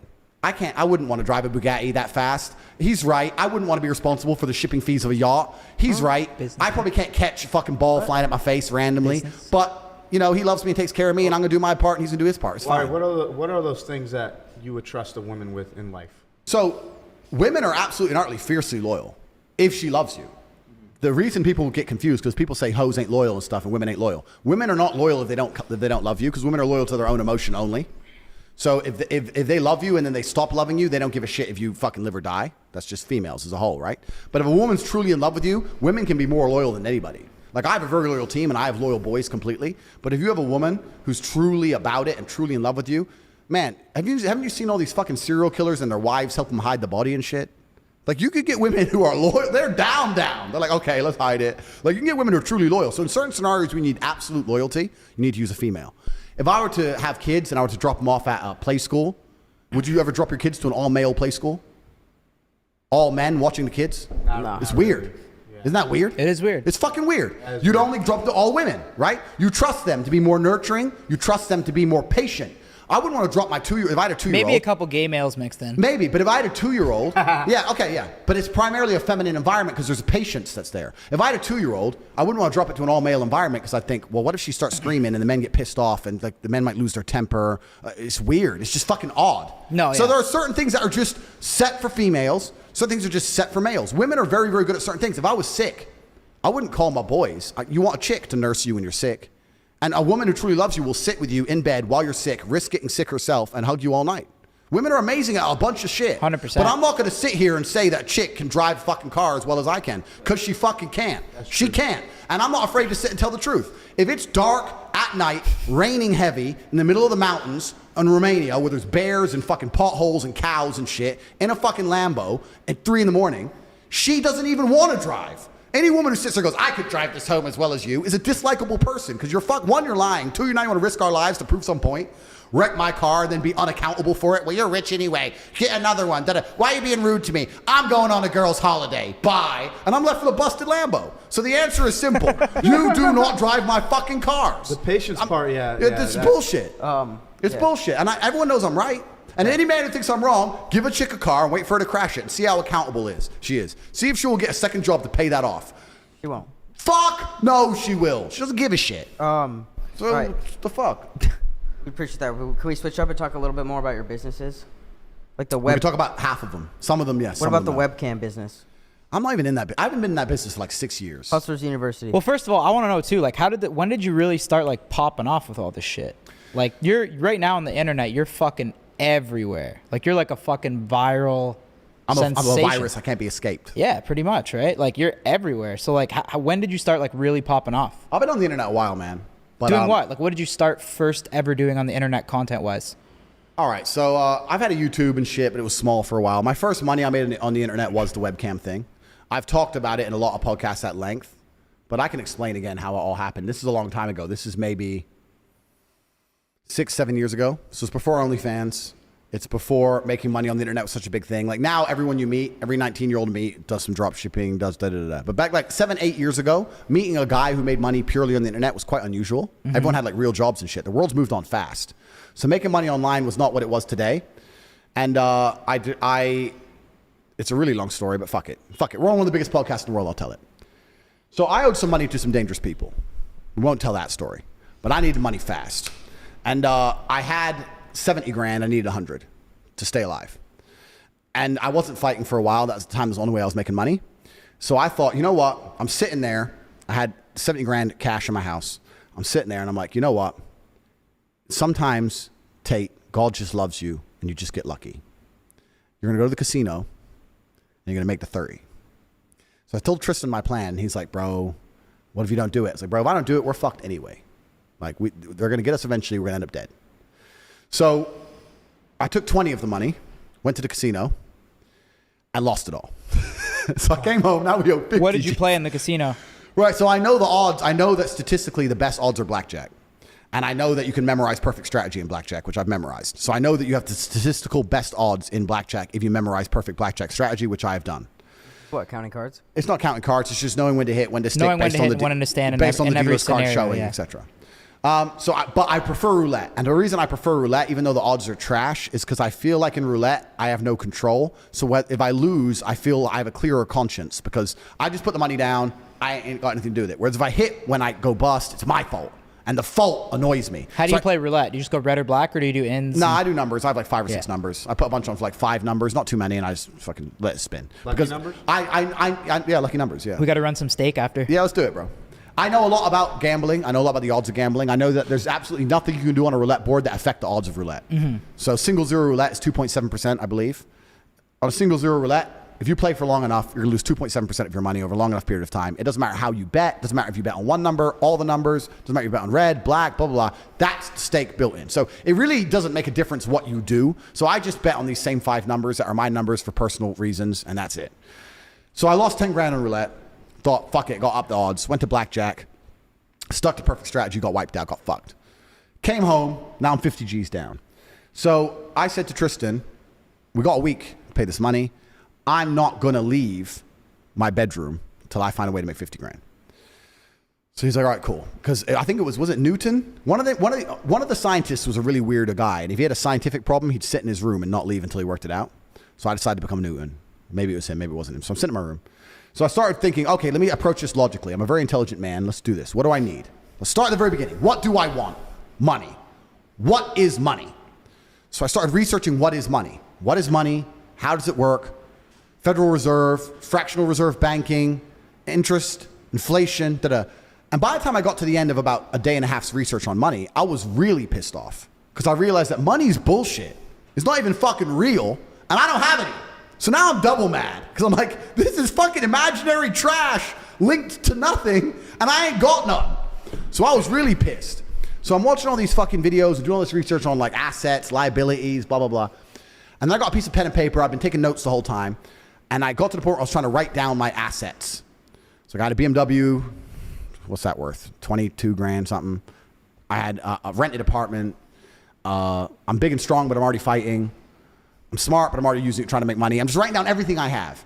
And I had like these 5 girlfriends from fighting all around the world, right? So I'd fly to Paris. I'd knock someone out. I'd fuck a ring girl. And then she'd be like, oh, you're the champ. You're the champ. I'm like, yeah, I love you too, baby. And I'd leave. And they'd think like I was this big baller in London. I mean, I had an apartment and a nice car. My life was fine. But I also had some problems from a previous life, which I can't talk about on the internet. And they were still in love with me. So I was texting all these bitches, whatever. So I had these 5 girlfriends in these 5 different cities all around the world. So I thought, well, are the girls an asset? Well, they have beauty. Beauty's valuable. So I guess they're an asset. Maybe they can like lend me the money or get jobs and pay me the money or some shit. Because I need to pay this money. I'll pay them back, but I need to pay this money. So I wrote them down. Anyway, as I was thinking, what can these chicks help me in any way? One of the girls offered to lend me like 5 G's or something. It didn't really help. And I'm sitting there thinking, can these chicks help me in any way? And I'm not a ruthless person. I'm really not an evil person that they try and paint me on the internet. I am not the guy who's going to put a bitch on the track. I'm not the guy who's going to hard pimp a bitch, make her fuck dudes. I'm not that guy. I don't like those kind of things. I don't want anyone to touch my chick.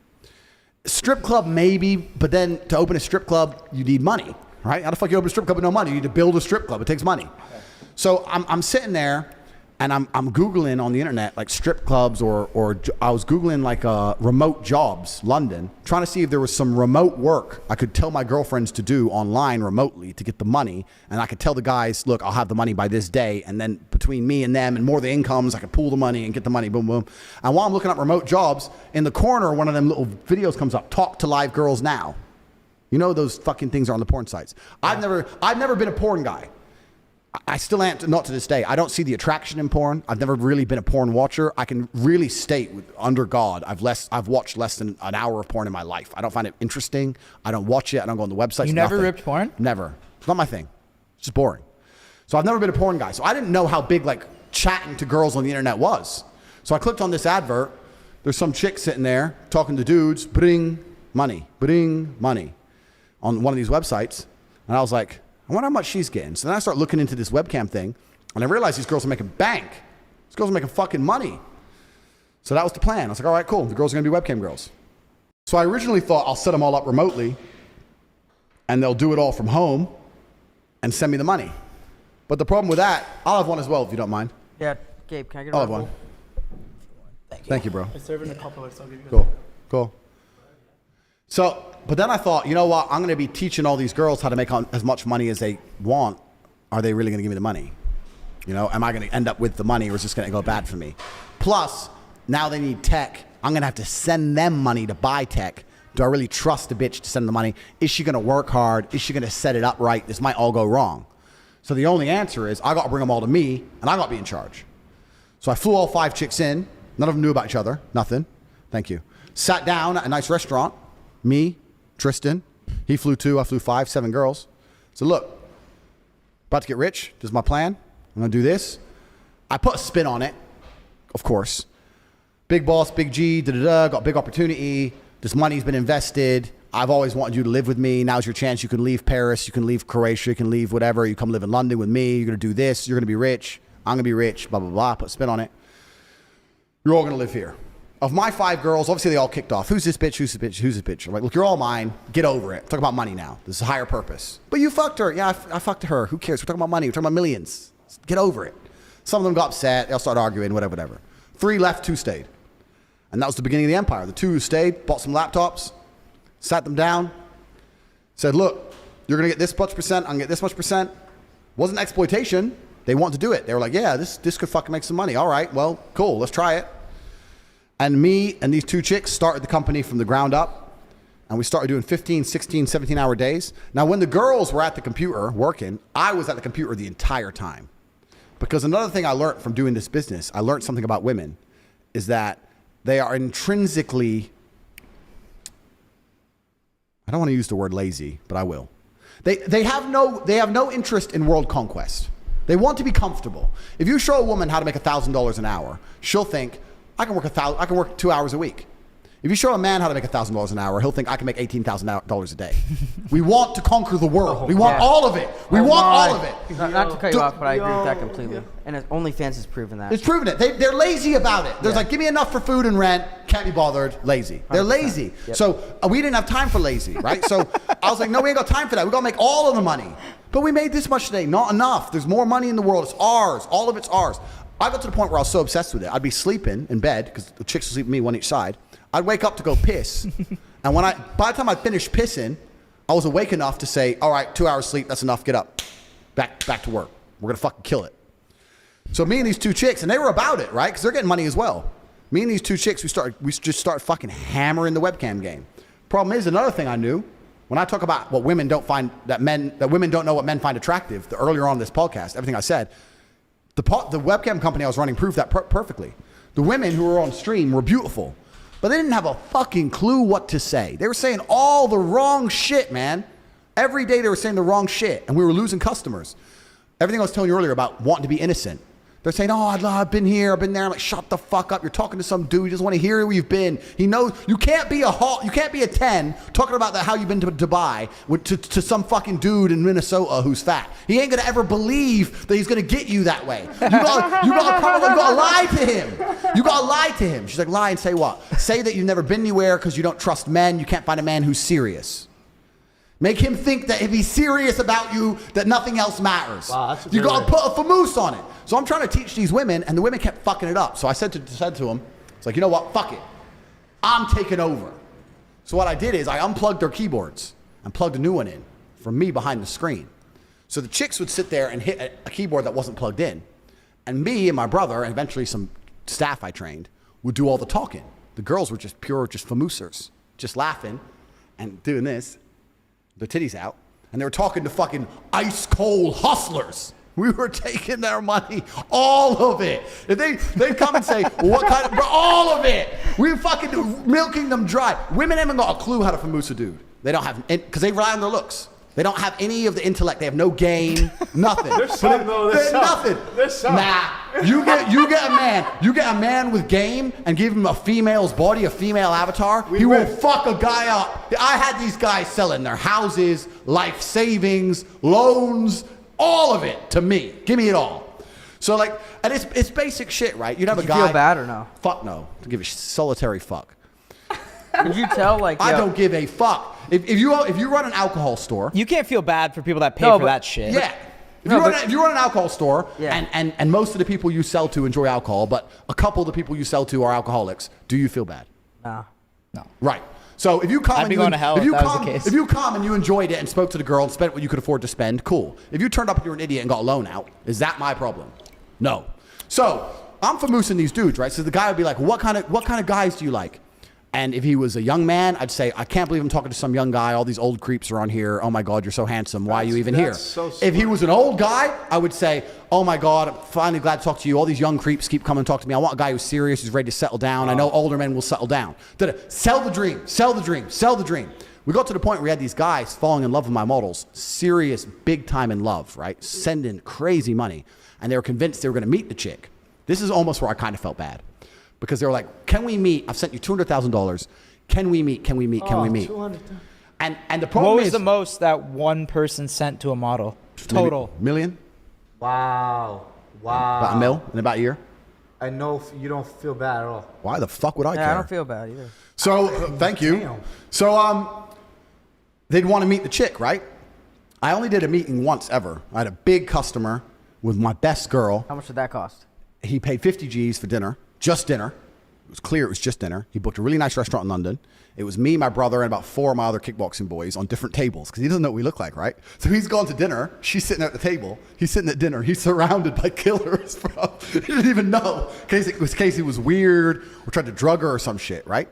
So he sat there at dinner, had the dinner, whatever. Dinner ended, nothing happened. But after they meet the girl once, the fantasy's now ruined. Like, so now they're like, okay, when can we meet again? When can we meet again? You said you liked me. You said you loved me. Hey, why don't you stay over? They start getting really pushy. And you end up like losing the customer because you can't keep meeting him without nothing happening. Girl doesn't want anything to happen. So you got to kind of keep it in the fantasy world. So we learned from this. After this, girls cannot meet guys under any conditions. So what the girls would do is they'd promise meetings.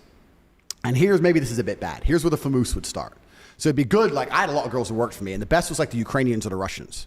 It was amazing. Because they'd get some guy, fall in love. They'd arrange today to meet. All this shit. I need a visa. Okay, get a visa. I need money for a visa. Okay, how much is a visa? It's $900. No, but it's not $900 because I went to the embassy. They think I'm a risk and I need a return flight there and back and I need a hotel. I need to have spending money in my bank account. They won't let me come. Or how much you need? All right, 10 grand. Boom, it's 10 G's. Boom, thanks. Wow. Go to the embassy, take a picture outside the embassy, boom, come back. They rejected my visa. They said we have to wait 2 weeks. After 2 weeks, they'll give it to me. Okay, baby, boom. 2 more weeks of tips. Boom, boom, boom, boom. Because now he thinks he's going to fuck, right? He thinks he get the girls. Now he's spending more than ever. 2 weeks. 2 weeks come. Some other problem. Whether it's visa, whatever. We make up some bullshit, right? All these OnlyFans chicks can learn from you, man. Oh, man, no, bro, but you know like a free people watch free OnlyFans tutorial. Yeah, here in the DMs. people would say, why did those girls work for you? Because the girls would work for me, and at 50%, because it was 50-50, would make millions per month. If they worked for themselves, they'd make fucking nothing. I was the best in the fucking game. Me, and I had a whole team of staff. that's fucked. The girl would only work 6 or 7 hours a day online. So how did it end? Bro, the story's just begun. Oh, fuck. You want me to tell you? I can shut up if you want. Wait, no, you go could for have double dipped and started a coaching to coach these guys too, right? I could have, but fuck, I'll give it all for free because I'm rich already.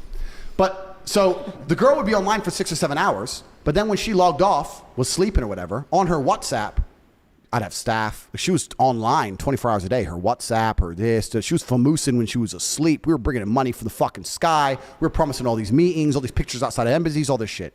Eventually, the girl, what she would do is she'd say, oh, I don't want to go embassy. She'd give a really lame excuse to try and provoke the man to get angry. So she'd say, the embassy want me to come back, but I have a headache. That was the one we'd use. He'd be like, I just sent you $1 million. You promised you were going to come. You said you had to delay. Now you're saying you have a fucking headache and you won't go to your appointment. To make him mad on purpose, because that would annoy any man. And then, that's what we needed. We needed a little trigger, and we go, why are you being aggressive? I'm not being aggressive, but you're not serious, da-da-da. And then we'd say, but you know what? I really like you, and I'm flying to the other side of the world by myself, and now you're being aggressive, and now I'm intimidated. And we'd flip it on him, saying, well, now you're being scary. No, I'm not being scary, but you know, it's your appointment. You're supposed to go, yeah, but I feel sick, and you don't even care. Female bullshit. Female bullshit. And flip it on him. Oh Flip it on him. And he'd get fucking furious, because we were really good at playing fucking... both sides. Poking him to the point where you go like, you're a fucking scammer, you fucking scam me, get really mad. I can't believe you think I was a scammer. I was gonna come, I went to the embassy, you're a fucking liar. Every man in my life has only lied to me. I thought you were different. Da-da-da. Big beef, big argument. Yep. Big argument. But here's the thing. The guy would get pissed off, right? And leave, stop tipping her, stop coming to her. But for these men, that's the only chick in the world, the only hot chick in the world who talks to him. Maybe it takes a week, maybe it takes 2 weeks, maybe it takes 3 weeks. He's in bed at night, alone, jerking off, looking at her old videos and pictures, watching her stream again from another account so she can't see it's him, sitting there going, maybe she was going to come. Maybe I just got too mad when she had a headache. Maybe I should have been a little bit more patient and she would have been my girlfriend. And 100% of the time, in less than 3 months, they'd be back with an apology, a brand new pile of money, and the cycle would repeat. We fucking killed the game. Millions of dollars a week. And it was not just because I had beautiful girls. It's not because webcam is easy. It's because I am a genius. And I put together an apparatus of genius behind the avatar of beauty. And we fucking conquered the internet. Wait, so did you give these girls a cut? Say again? Did you give these girls like kind of like a cut? Yeah, so No, 100% to you. Well, we can talk about this. So the girls who worked for me purely just work were working for me purely just work. Okay. Right? So That only applies to a relationship. Yeah, so that'd be 50%. If a girl was my girlfriend, she'd be working and I'd get all of it. Now, that doesn't mean she wouldn't have a nice life, right? Because she's my chick now. So, like... Why would they even do it if they give you 100, though? Because What's the point? It's helping you out. I mean... No, it's not about helping me out. It's about... We are now a power couple. We're a team. And I'm going to spend the money on you. I'm going to spend... I'll buy you a bag. I'll buy you shoes, whatever. I'm investing. It's not even... It's 100%. I'm in charge of the money. Yeah. Not that you can't have things. It's not that you can't do things. Not that you're fucking flat broke. I'm in charge of the money. 100 G's just came. What do you want to buy? Oh, I really want this bag. Well, you bought a bag last week. I really want this one. Okay, well, here's the bag. What else do you need? Nails, food, da-da-da. Okay, cool. Well, I'm paying the rent. Is there anything else you actually need? No. All right, then let's invest this. It was more very much like I was in charge of the money. Otherwise, she was just spunking it on dumb shit. So it wasn't, I say the 100% thing, everyone loses their fucking mind. But basically it was the more intelligent, competent individual inside of the pair was in charge of the money. Me. And she also... Have you ever pulled that off? What do you mean pulled that off? Like, have you ever dated an OnlyFans chick that's given you 100% of the money? All the time. No way. I'm describing to you right now. All the chicks gave me all the money. I was in charge of it. So do you put your bank info on their OnlyFans account, or do they pull it out and They then pull it out wire and send it to me. They wire it to Yeah, you? no problem. No way. What if they cheat you? How do you don't believe respond? that. Wait, what if they cheat you? But this is the interesting point. The reason this dynamic worked is because the girl understood that she wasn't making the money. It was my money. Because she understood that she is nothing but a face to a genius apparatus I've created. She knows some psychological crazy. She could be replaced. I can take another girl of equal beauty, sit her down in front of that keyboard, which ain't even plugged in, bitch, and do this and make the same fucking money. You are lucky to work for me because I can replace you. You cannot replace me. There is no other genius on the internet doing this the way I do it. So it's my money. It's my staff who've been up all night while you're asleep WhatsApping this dude. It's my team who know what to say. It's me who's been in charge of the plan to make sure he sends X amount before X. Because it was a real business. And the reason we were so successful is I was never thirsty about it. Most dudes in those scenarios would be trying to live like Dan B and all this shit. I love what he does. Cool. Guy's a G. But I wasn't trying to live like that.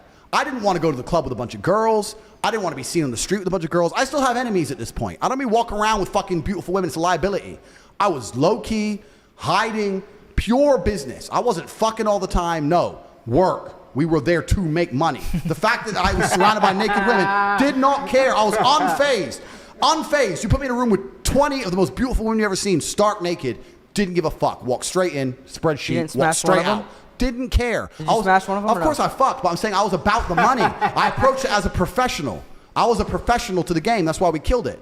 Another thing we did. We want to talk about psychology. I can tell you, man, I can talk about this forever. Wait, can I ask you something real quick? What's the most expensive thing you ever bought a girl?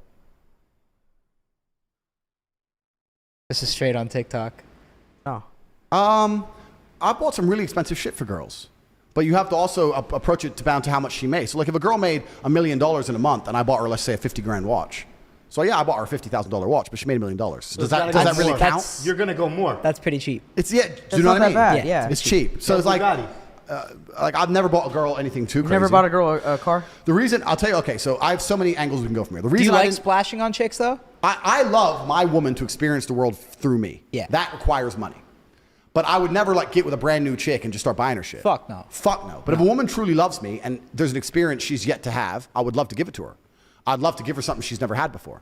But if I get a chick who's already had a bunch of it, I'm less motivated. In fact, I know she ain't gonna get shit. If I get with a chick who's had a bunch of ballers before, then she can fuck herself. Fuck her, get by, goodbye. Because she ain't worth shit anyway. But if I get a chick of innocence, I'm interested in showing her the world in all realms, including financial. That's the answer to the question. I think you understand what I'm saying. Yeah, she loves me. Boom, boom, boom. It's impossible for me to be with a chick and her not have a good life, right? How can I have a chick with me? She's my girl, and my life's so fantastic. What, she's going to get a taxi when I get in my car? Yeah. Like, not get on my jet? She has to fly commercial? Like, I'd have to be a real weirdo to prove a point. Maybe she has to earn that.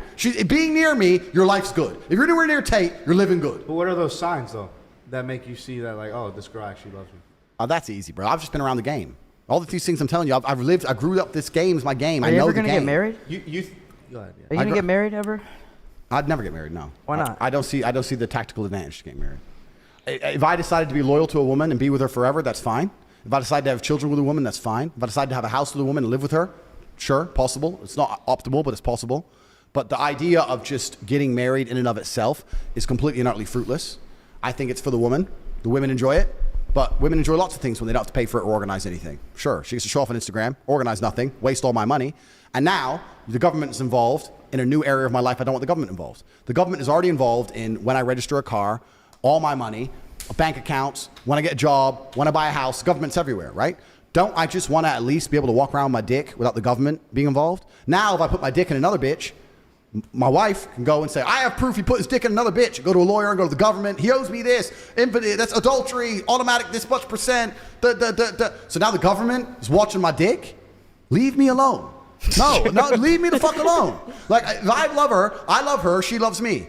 Love you very much. Love you too. Cool, we love each other. That's fine. Okay, would you say, though, like, back to the other question, would you say that if a girl is doing things for you in a way where they kind of bring value without you having to, like, coach them, would you say they love you? I've experienced a lot of female love in my life. I know when women love me, and it's not hard to make a woman love you as a man. I don't think it's really that difficult. I have a lot of women who love me, but this is actually the meta point that I was going to say before you said that. If a woman truly loves you, she'll stay with you without that shit. So the women who go to their man, marry me or I'm leaving. Yeah, they're done. Then why the fuck you marrying a bitch who's already she's already giving you conditions to fucking keep the relationship? If a woman truly loves you and you sit there and say, look, I've been around the world. I'm about it. I know things you don't know. Signing that piece of paper is bad for me. It's also bad for you. It's bad for business. Shut the fuck up. What about? Okay, but how do I know you love me? Because I tolerate you. Shh. Done. No fucking wedding, no bells, no dress, no bollocks. It's all bullshit. And men fall into this trap, but no man wants to get married. This is another thing I'm going to say. And I'm not shitting on guys who get married. Get married. It's your prerogative. I don't give a fuck. I'm just saying me. I truly don't believe any man actually wants to get married. He wants his woman to be loyal. He wants his woman as a wife. He doesn't want to be a husband. He just wants to do it so she's less likely to cheat. It's a degree of insecurity. If I marry her, she'll know I really love her, and maybe then she won't leave. If you really know your bitch ain't going to leave you, if you knew in the stars, if God came down and said she's never going to leave you, never going to leave you, she's yours, you own her soul, would you marry her? I'd like, fuck no. Why? She's mine. It's done. I know my chick ain't leaving me. My chicks ain't going nowhere. So why the fuck am I marrying them? How did you, like, initially pop off in this recent success? Like, when did it start? I decided Content-wise, I like decided to viral-wise. go overt with my conquest about 6 months ago. 6 months. 6 months ago. What was your strategy? Bro, that's worth billions of dollars. If I were to tell you right now what I have done, that would be worth. So do you understand how many people want to do what I have done? Yeah. This is unprecedented. This has never been done before. It hasn't been I've done. gone from obscure internet figure with a cult following of fans. My fans, because I had my YouTube channel for a while, my guys who follow me from back in the day are like, I am so furious. I used to walk around and say, have you heard of Andrew Tate? And everyone would say no, and I'd tell them what a genius you are. Now everyone knows you're a fucking genius. Oops, spilled the vodka. You ruined it. You've ruined it. Like all Put that on my the- old school the fans are Yacht Club's pissed. tab. Can we get a lady to clean this up, or We'll put that on the Yacht Club's tab. Yeah, The yeah, Yacht Week. let's do it. Yeah. Thanks, Yacht Week. Thank you, Yacht Week. But like, I decided to go overt about 6 months ago. I put together a strategy and a plan. It was extremely strategized. It was planned. Is that public though? The plan? Yeah. No. I thought it is kind of public. oh, no. strategies? Oh. I've heard everybody say. Everyone has these theories. You can come out with your Here's, theories. here's the theory that you offered to sell your content to pages. Pages would post your content, and that would help them get views. Okay, well, that's not true, one. But two, you also have to keep in mind that most people can't do what I can do because most people cannot be as entertaining as I am by simply just sitting down talking shit. Definitely. Yeah. So I can sit down and talk shit and be extremely polarizing. So I have unlimited free content. Yeah. You can give me a camera and I can sit for 12 hours a day and talk at that camera. I have unlimited free content, which makes it easy. Like if you're a big YouTube channel that do like these giveaways or you do these big pranks or that you need planning, you need Definitely. a Lambo, you need a girl. Me, I can just get a camera and just start talking. iPhone. And Yeah. I'll get 10 million views. Crazy. So that's the first thing. So I have unlimited free content is the first thing. So your content's really easy to make, It's super easy to make, which is dope. which is dope. The easier your content is to make, the more competitive you are. Yep. I'm super competitive because I need an iPhone. You give me an iPhone and half the subject, and I'll just start running my mouth. And people, for some reason, like to listen to me for free. I have never paid for an ad. I've never paid for a shout out. I'm not paid to be on any of these big Instagram pages I'm all over. I ain't paid for shit. They're all giving it to me for free because they're like, this will get us views. Tate. That's it. So is that Yeah. not correct then? But you're saying I paid them. No. I'm saying they reach out to you. They don't even reach out to me. They just fucking steal it, and I don't give a shit. That's another thing that's a big part of it. Is I it don't- like an organized effort of It's an fan organized pages? effort. I put together Or a- do you even monitor them or not? I put together a plan which was extremely well executed. This is not an accident, and I can't tell you exactly what I do. But one of the other things I did, which is a superpower, is that I don't have accounts. Yeah. Most people, let's say you have a YouTube channel, you don't want people to plagiarize your shit. You want the views. You want your money. You don't want people to rip your video, use it, da-da-da-da. I don't have an account. Everyone can steal my shit. I don't give a fuck. You have a Steal it. YouTube account though, no? I have a Got stuff YouTube from channel, somewhere. but even then, I don't think it's even monetized.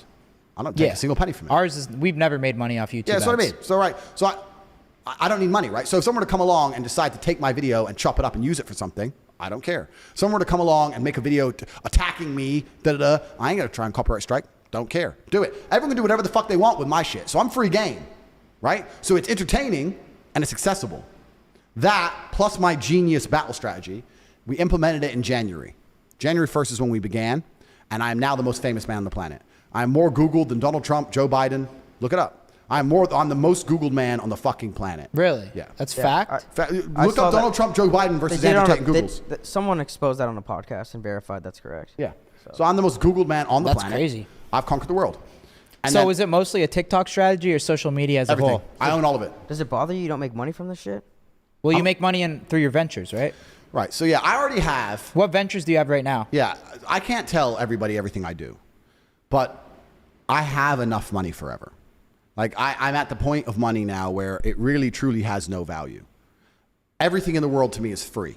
And I grew up very, very poor, so I can still remember being poor. I grew up with nothing, truly. My family, my mother and father, they got divorced when we were in Indiana. My mother moved back to England. My father stayed in America. My father unfortunately died. My mother and my brother and my sister, we grew up in the free houses that the government give you, so the projects of England, in the town called Luton, which was voted the worst town in England with the highest crime rate, blah, blah, blah. Lived in a shit area, grew up with nothing. And I've done all of this completely myself. No financial help, never got a loan from a bank, a friend, nothing. Did all of it completely by myself. So I remember being broke. And I really, really am thankful for those poor days, because if it wasn't for the days being poor, being rich would suck. 100%. Bro, it's fucking, it really ain't that cool. It's only cool because you can do shit and say, do you remember when we couldn't afford to do this? Yeah, yeah. Otherwise it's boring, right? So I'm at the point now where absolutely everything in the world is free. If a new car is launched and I see it, let's say it's a brand new Lamborghini, right? In fact, I did this yesterday. They're replacing the Aventador. There's a new Lamborghini. It's a it's hybrid. It's 1,000 horsepower. That's all I know. I saw an advert, a YouTube video on YouTube in the Explore page. I didn't even watch the video of the review of the upcoming car. I didn't even watch the 4-minute video. I just saw a new Lambo's coming, text my Lambo guy and said, I'll have one. I don't know how much it costs. I don't need to choose options because I tick every box. Every option, give me one. It'll come out the bank and I won't notice. It'll turn up. Boom. Everything's free. If I want a Lambo, it's free. If I want to do a jet, it's free. Give me a yacht, it's free. Besides mega yachts and mega mansions, literally everything on the planet is free. What's your main like public venture that you're doing right now that you could say? Right, so I do a few things online. So I own some casinos. I saw your website too. Yeah, so I own some casinos in Romania. That's one of the first things I do. Really? But I don't want to talk about that in too much depth. But I own some casinos in Romania. I also have some more traditional wealth income methods. I've got a property portfolio across about 6 or 7 countries. I'm also an extremely capable individual. In fact, I wish I had my business card on me to give it to you. But I'm the guy that people can come to that can fix things. So I have a lot of people with a lot of money who will come to me and say, look, the war's going on. I need to get someone out of Russia into Europe. Or, look, I got to move this money here. That in a very legal way, I know enough people to help do those things. So I can make a lot of money with that. Online, I have 2 serious ventures. One is Hustlers University, and the other is the War Room.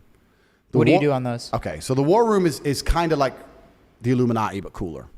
The War Room is very difficult to explain, but it's a private network. It's a network in which you must compete for your place. When I was saying earlier on this podcast about living with competitive men, the War Room's the online version of that. So you have men, you join, you pay, you join. There's tasks, tests, things you must do to keep your place or you're booted. Such as?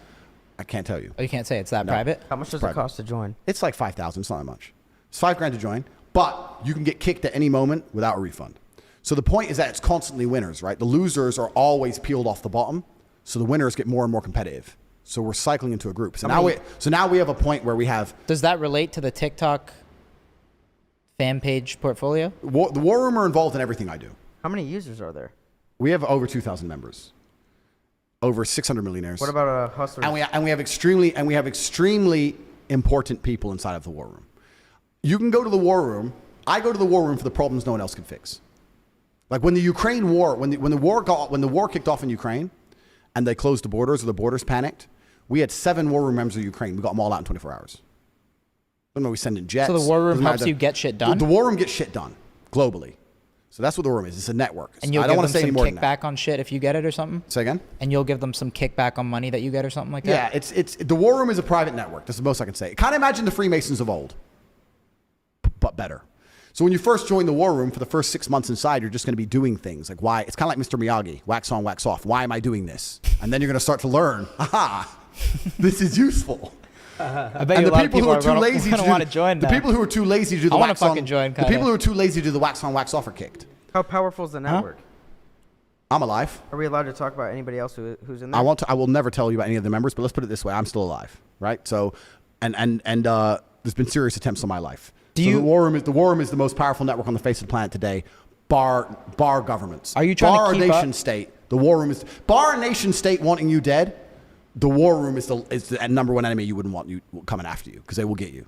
We are that good. Are you trying to keep up being like as viral as you are forever, or not forever, but like for? This is stage 1 of a 3-step plan. So I'm going to be viral for a little bit longer, then step 2 begins. The conquest is continuing. So this is just the beginning. Because like a lot of people are saying like you're going to fall off soon. This is just your 15 minutes. No problem. What's your take on that? That's fine. I've been around the internet for a very long time, and I'm building systems which are very sustainable, right? The War Room is a very sustainable thing. I don't care if all this virality gets me one good War Room member who can do what I need him to do or fill a gap in our organization, which are very few and far between, then I still win, right? So that's the War Room.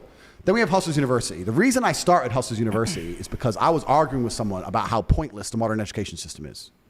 I think the modern education system is nothing but an indoctrination machine. I think they use it to indoctrinate the youth. I think it's a waste of fucking time. What, to brainwash people? To brainwash people, of course they do. And it's actually, because I can talk forever, the world is a spider's web, right?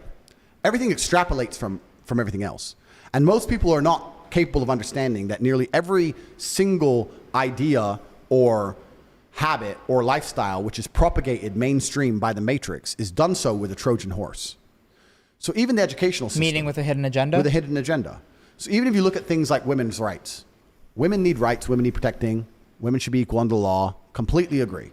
They said they wanted women to work so people could pay more taxes, no? They want people to work so they can pay more taxes, double the tax base. But you know what else they wanted them to work for? Get the kids out of the... To get the kids out of the influence of the parents, right? When the woman's at home and the father's at work, those children are learning from the woman who's probably learning from the father, and you get to instill your own beliefs in those children. Government doesn't want that. The government wants the children to belong to them. So they get the woman out of the house and they send you to school for as long as possible to reprogram you.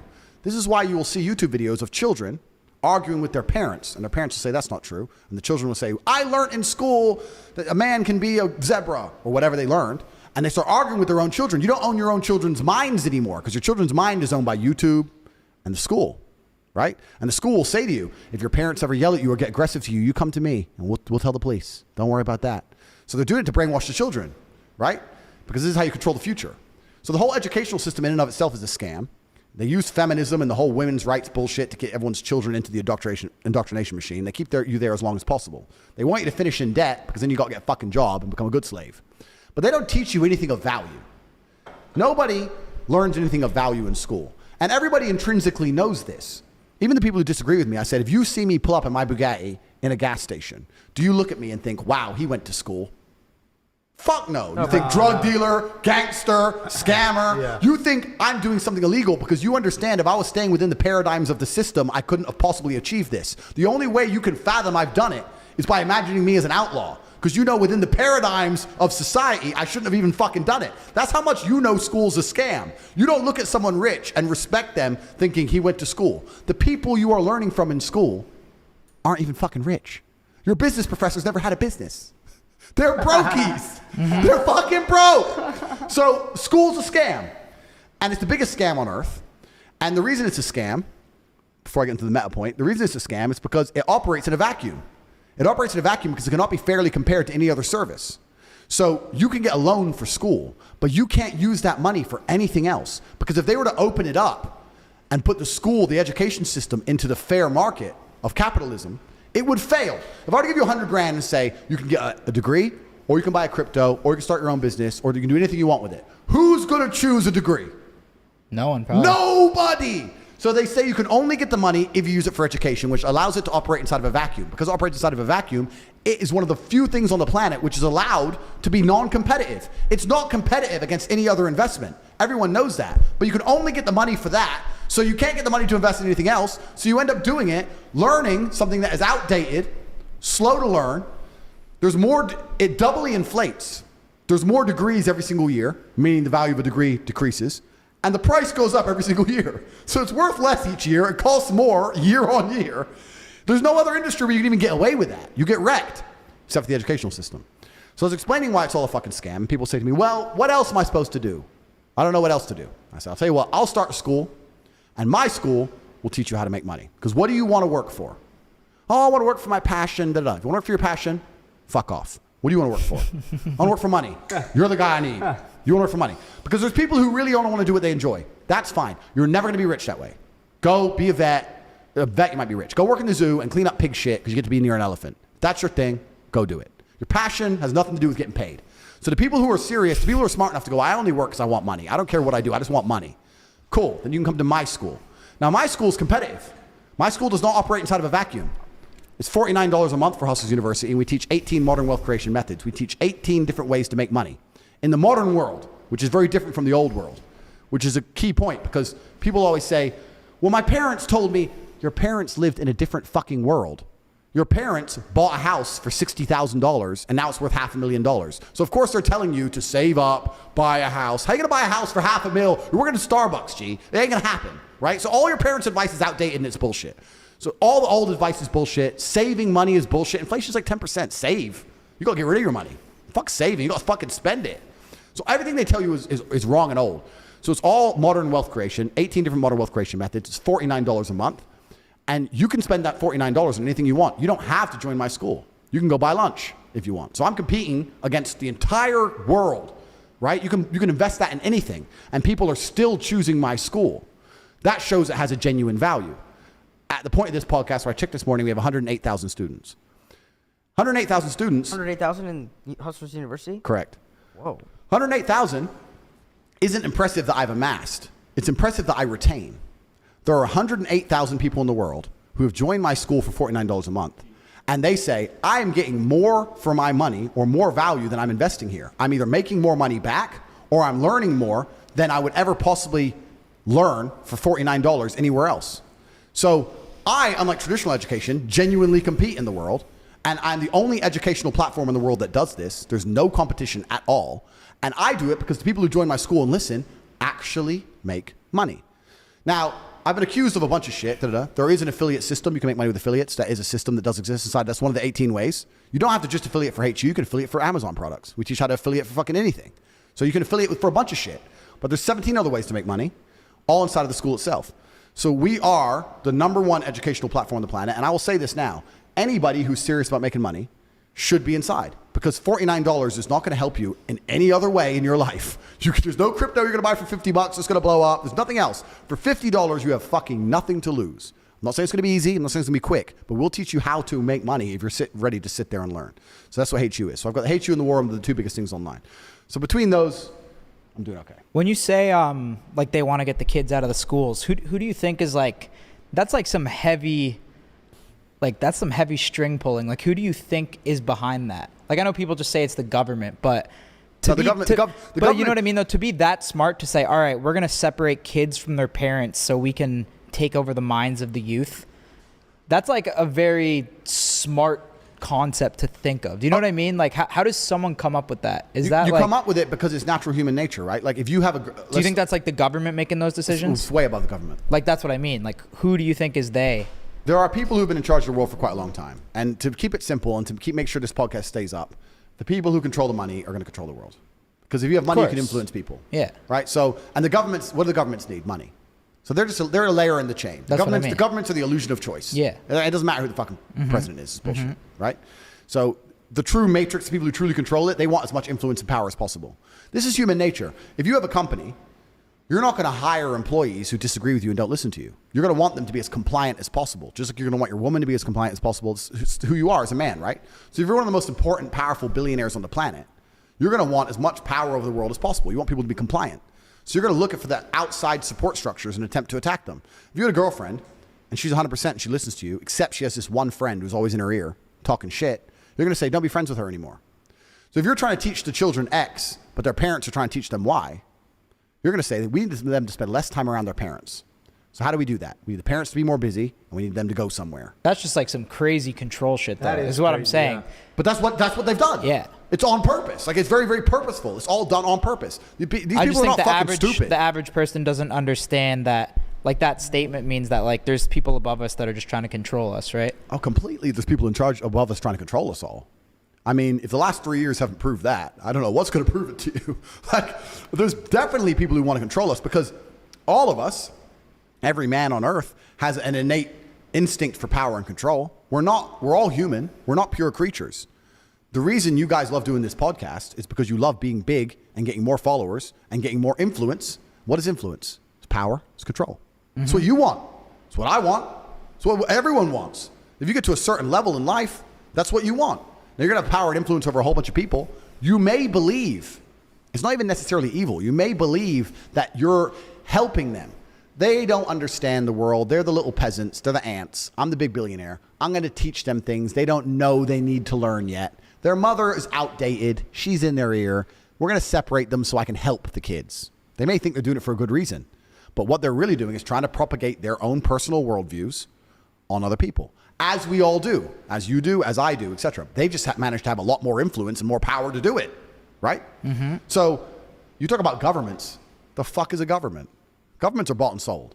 That's all bullshit, right? But there's people in charge of the world who want us to listen when they talk. And they're going to do their very, very best to stop anybody or stop any kind of power or support structure which is going to prevent that. It's done on purpose. This is why they also try and ensure that the people of most nation states are infighting. This is why government and politics and everything is the biggest lie in the world. You have Democrats and Republicans arguing with each other all fucking day when they are two sides of the same coin. And the people in charge of all of it are laughing. Bro, if you had to fight 100 fucking cats, right? You'd probably get through it, but it'd be a bit messy. The first thing you want to do is turn 100? Fuck. Yeah, well, 100 what? I take 100 cats easy. Yeah. Snap the necks like fucking Rambo.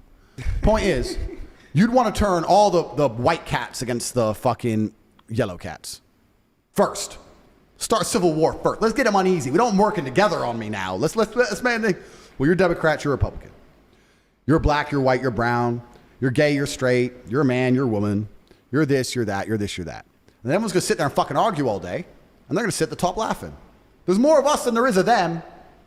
But they don't think that. They're very, very smart. It's divisive on purpose. How do they get that smart? It's because it's age old, bro. This shit's been around for a So very it's long just time. families that have learned along It's the not way. even just families. It's just age old. If you look at how But that's like really smart shit. England that's crazy. look at how England conquered India. England conquered India with less than 100,000 troops. There was millions of Indians, and the supply line is 9 months long. How do you do it? You turn up. You turn one team against another team, one family against another family, one tribe against another tribe. Arm one side, they start winning. Oh shit, we need to take some power back. Arm the other side. Do. It's basic foreign policy. And it's internal policy. It's basic. It's how it's always been. And then before you know it, who runs India? The British. That's how you do it, right?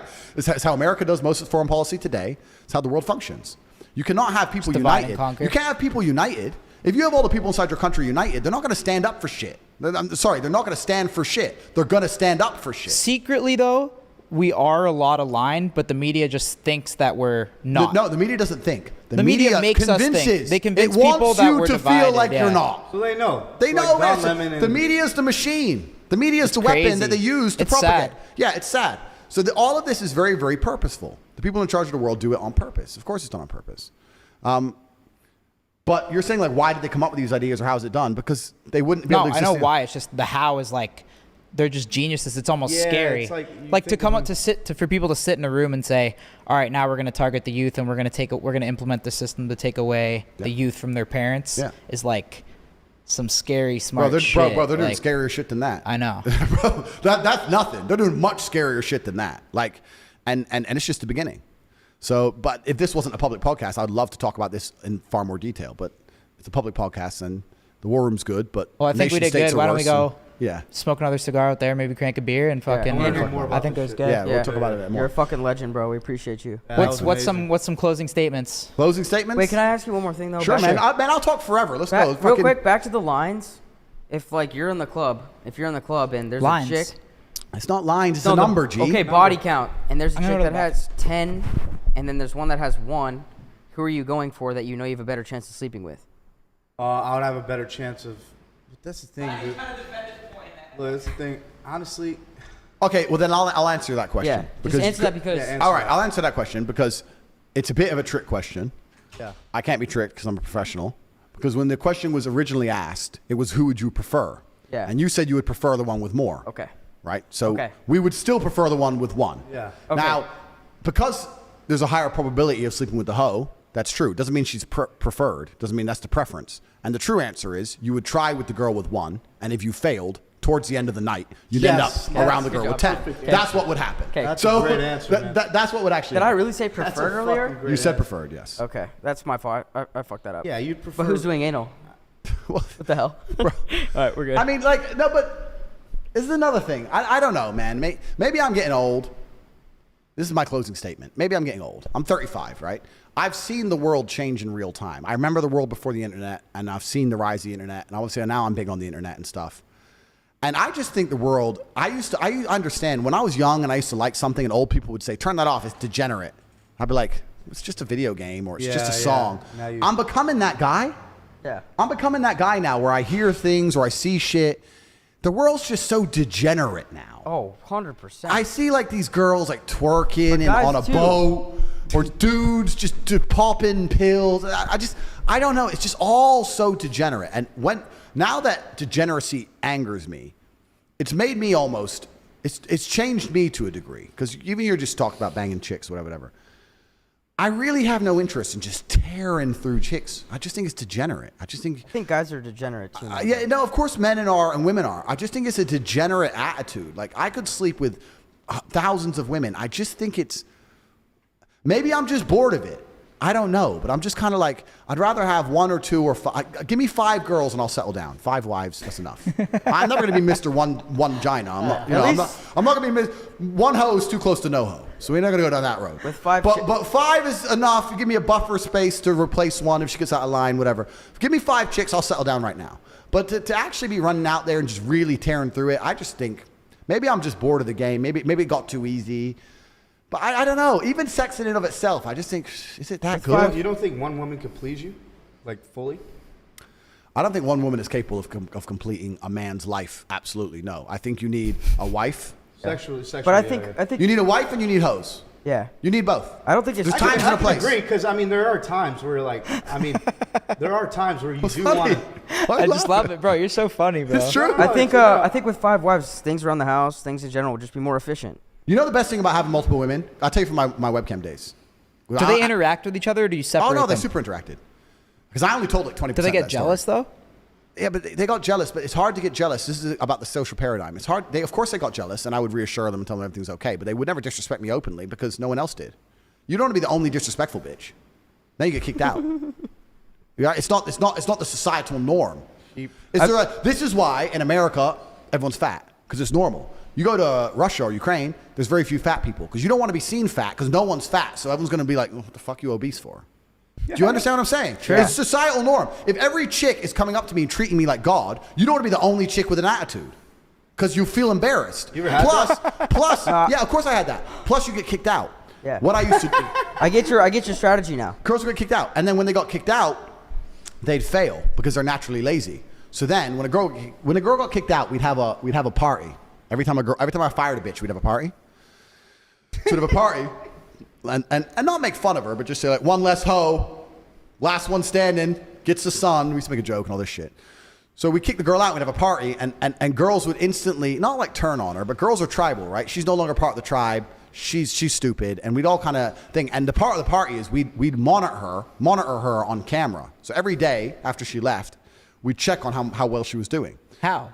You can see them online, how many hours they do, their ranking on the website, how much money they're making, all that kind of stuff. And they go from way up here, making millions, to just slowly declining. Because they're lazy. They're lazy. They fall off and end up down to nothing and then beg for their job back. So now girls are like, if I leave, he's going to have a party, he's going to make fun of me, and I ain't going to make any money, and I'm going to be another one of the ones they mock, and da-da-da. So now girls don't want to lose their job, right? So girls didn't really disrespect me, but when you're talking about them being jealous, yeah. But I was about to say, one of the best things about living with multiple women, this is actually the best thing about it. The best thing about living with multiple women is that all the girl shit, they do together. So your girl, right now if you have a girlfriend, she has a group of friends. All of those friends are your enemy.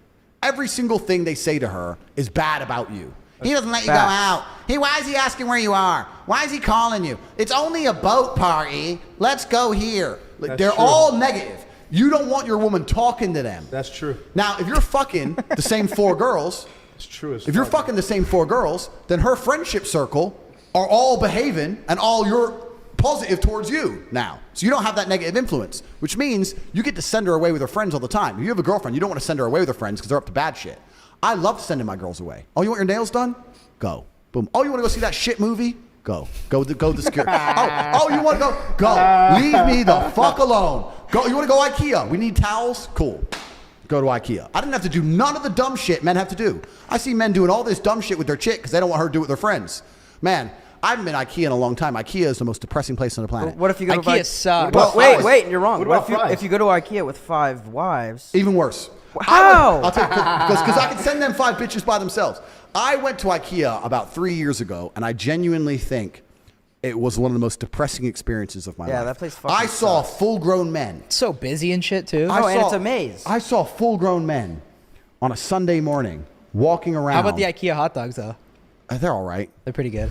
But the sadness in the eyes of the full-grown man on a Sunday morning walking around, and his wife is like picking up a towel. You want this towel or this towel? And you can see he doesn't give a solitary fuck. It's his only day off. It's his only day off. It's He's sad. been working for 6 days. And she's like, we need to go IKEA, Steve. And he's like, oh, can't we not go? We need towels, Steve. He's like, oh, maybe I might get laid next month if I go IKEA. And he's standing there and she's like, which towel, Steve? And he's the guy like carrying the baby. Oh, I don't know. Which one do you like, babe? I'm like, oh, this whole place is just depressing me. I can't get out. It's a maze and everyone's fucking sexless and depressed. It's fucking horrible. Fuck, man. Damn. But if I send the chicks, they can fuck around all day in IKEA. Don't give a fuck. And you know what? I can trust them because they're all vying for position with me.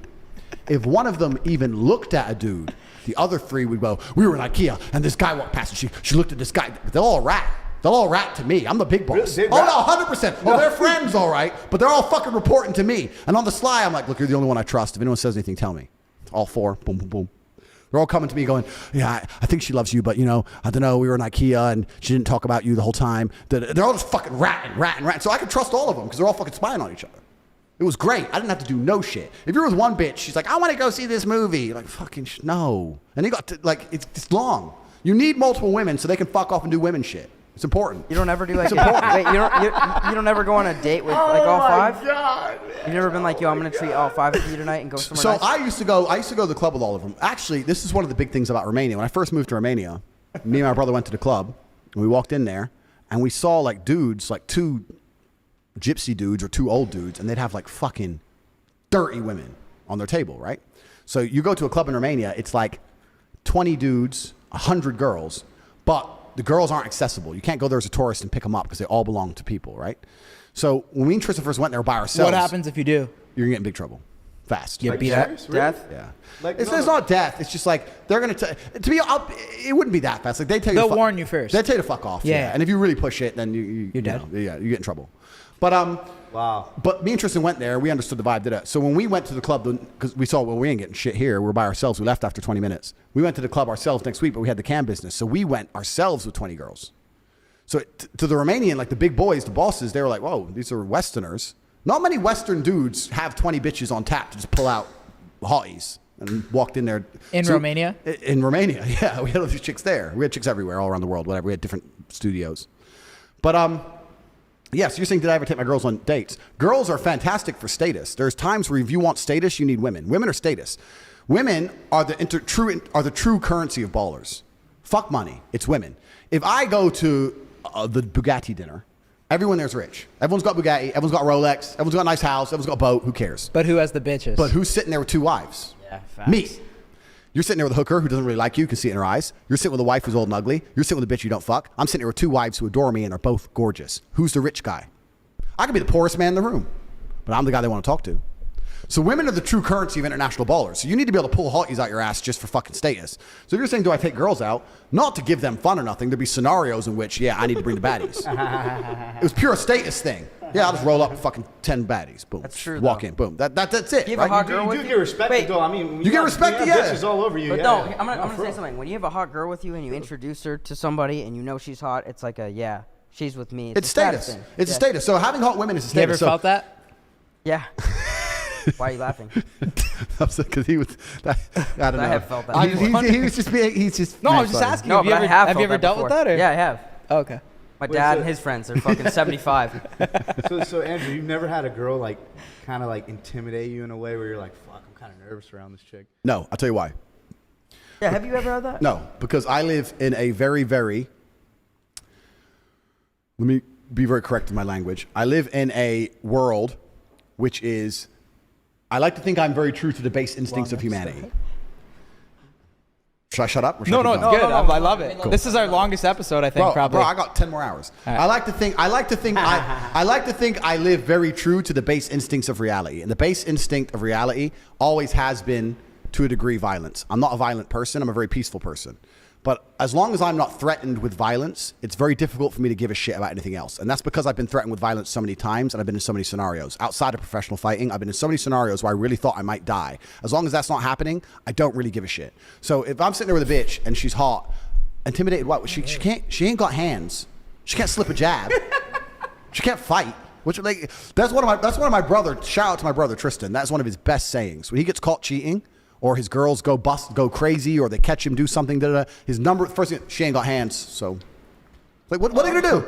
Blow you up on WhatsApp? And you're gonna or block you? Oh, don't block me! You the fuck? They can't do nothing. So intimidated? Why? How can I be intimidated by a chick? Because she's hot? I don't understand. Like, I'm intimidated by certain scenarios where there might be a consequence or a repercussion. If I go on a date and she doesn't like me, cool. Give a fuck. Like, Are you still fighting or no? See if scars on your knuckles. yeah. You gotta stay ready, my friend. Stay ready. I saw you want to fight. You want to fight Jake Paul? So yeah, I made the video saying I was going to fight Jake Paul when he first called out Conor McGregor. Do you remember when he did that first call out video? The first one was savage. It was savage. I gotta be honest, it seems beneath you though. If you're as rich as you are, you got the status, why would you want to go fight Jake Paul? Yeah, so I made that video when he first called out Conor McGregor because I thought he was being disrespectful. How is that beneath him? Jake Paul's pretty fucking Jake Paul's big. big. Jake Paul's pretty big, but I think that Conor McGregor, at the time, I thought that Jake Paul was just disrespecting fighters as a whole because fighting is a really hard life. Well, back then it was like, whoa. Yeah, but now it seems that Jake Paul is taking his boxing career very seriously. Yeah. Got it. He's taking it very, very seriously. So I'm no longer angry at the guy because he's now a boxer effectively, and he's using attention. He's using provocative marketing to make himself as much money as possible. I, of all people on the planet, cannot sit here and shit on that. Oh fucking my game. God, yo. So I get what he's doing, right? Could you imagine a press conference? Him and another fighter talking shit at a fucking press conference? I would love to see you. Would gotta you, do it for would the you, pressy, would you bro. do that? Do what? Would you do some gotta sort do of it for the large-scale pressy. boxing fight? Or how about MMA? I fought a year ago MMA. I sparked him. I'm open to all things. Would you rather box? Because kickboxing, no one's probably. no one really cares. No one's watching I'll that. fight MMA or boxing. Doesn't matter to me. I'm very. Let's get Andrew Tate in the UFC. Yeah, I'm Dude. open to it, but it's a lifestyle that I lived for a very long time. Understand that from the age of 17 to the age of 27, for 10 years of my life, all I did was train. That's why now I can still jump on the pads and smash out 12 rounds easy. How often do you train a week? I still train nearly every day, but to live that lifestyle, it's a big sacrifice. You got to dial in. Yeah. It's got to dial in, and so for me to do it, I'm not saying I wouldn't do it. It would have to be very worth it. The problem is, for it to be worth it, people will say, "Oh, how much money?" And I have more money than anyone would possibly What weight believe. class would you fight at? 92, 93 kilo, which is like just light heavyweight, Do you have cruiserweight. do you have a guy that if you had to fight at the UFC, you would fight? Or some fighter that comes Wait, to mind? how many pounds is that? Sorry, I don't know. I don't know pounds. 195, 200 pounds. Light heavyweight. Yeah. Around That- 200, right? Yeah, 205 is light heavyweight. Pounds, 205. kilos, that means he's like. 200. So anyway, there are possibilities. There's things in the mix. Perhaps if I can find it, it'd be worth it. But it's just I'm now at states now with they go, well, it's worth it. You get 10 million. 10 million, what? A week's wage? Bullshit. 6 months training for that. I don't need a week's wage for 6 months training. And then they'll go, It'd you be get more credit for the extra exposure. And then they'll go, probably. you get exposure. That's what they'll say. But I'm already the most What exposed about man on the the planet. accomplishment? I've conquered the world. So, and then you talk about accomplishment. I've had 87 professional fights. I've been in the ring a bunch of times. 4 times world champion. 71 wins. I've done it. I'm very competent and happy and comfortable with who I am as a man. I know that 99.9% of the men on the planet are a one-punch issue, and I'm fine. So it's kind of like, do I really want to do it? There are people who I would fight. I'm not going to say their names on this podcast, but there are scenarios and there are things in the Famous works where I people? might Give fight. us one. Give us one. No, man, no, we're working on it. I'm working on some things for everyone to see. I know everyone wants to see me fuck someone up. That's what they want to see. They want to see me smash someone up, which is Yeah. fine. What So- is the percentage of people that actually know how to fight in the world? I heard. Well, this is another thing because I actually don't believe in fighting outside of the cage or the ring. I don't believe that fighting is a real thing. I don't believe fighting is real. Violence and fighting are different things. So is that you saying like no one really knows how to fight outside of? No, I'm saying that it doesn't matter. Oh, okay. Fighting and violence are a real thing. So I made that comment that most men are a one-punch issue. That's true. Actually, recently, a video which got taken down off my YouTube, but I'll give it to you guys. Maybe you can sneak it in.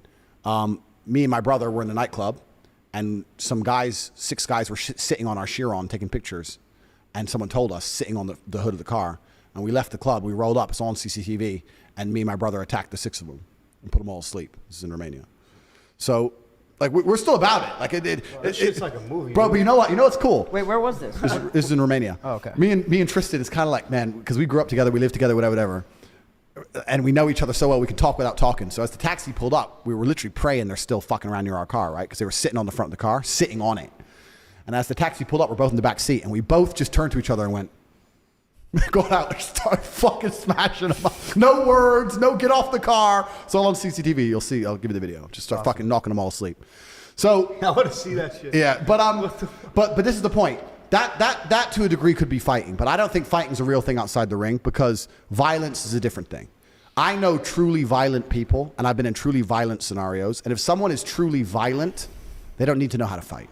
And I'm saying if someone who is violent wants you, you're going to die. Violence is 10 men with machetes. Violence is spray the attic. Violence is run him over with a car. Violence isn't, hey, bro. That's the olden days. Let's go outside, have a fucking. That's all gone now. If you're caught in altercations on the street, no matter how big of a tough guy you are, the best thing you can do is leave. There are too many people who are ready to fucking go to jail or die with nothing to fucking lose. I have a full security team with me everywhere I go. How many you roll with? I'm strapped. I have like 4 or 5 guys usually. I'm strapped everywhere I go where possible. Like I really don't like the idea of having to hit people unless I really have to hit people, because you're talking about fighting and violence. How many people can't fight? You can get a guy who can't fight in an SUV who sees you on the sidewalk and just thinks, fuck this guy. Bro, it's a dangerous world. And even now, especially like in London, I know boys who've been pack stabbed. When 4 dudes roll up with blades and jump you, man, it's fucking, you're dying, man. You're dying. It only takes 1 fucking wound. Oh, I know Krav Maga. You don't know shit. You ain't Steven Seagal. You are dying. It doesn't matter. You know to kickbox, box. Amir Khan got robbed for his watch.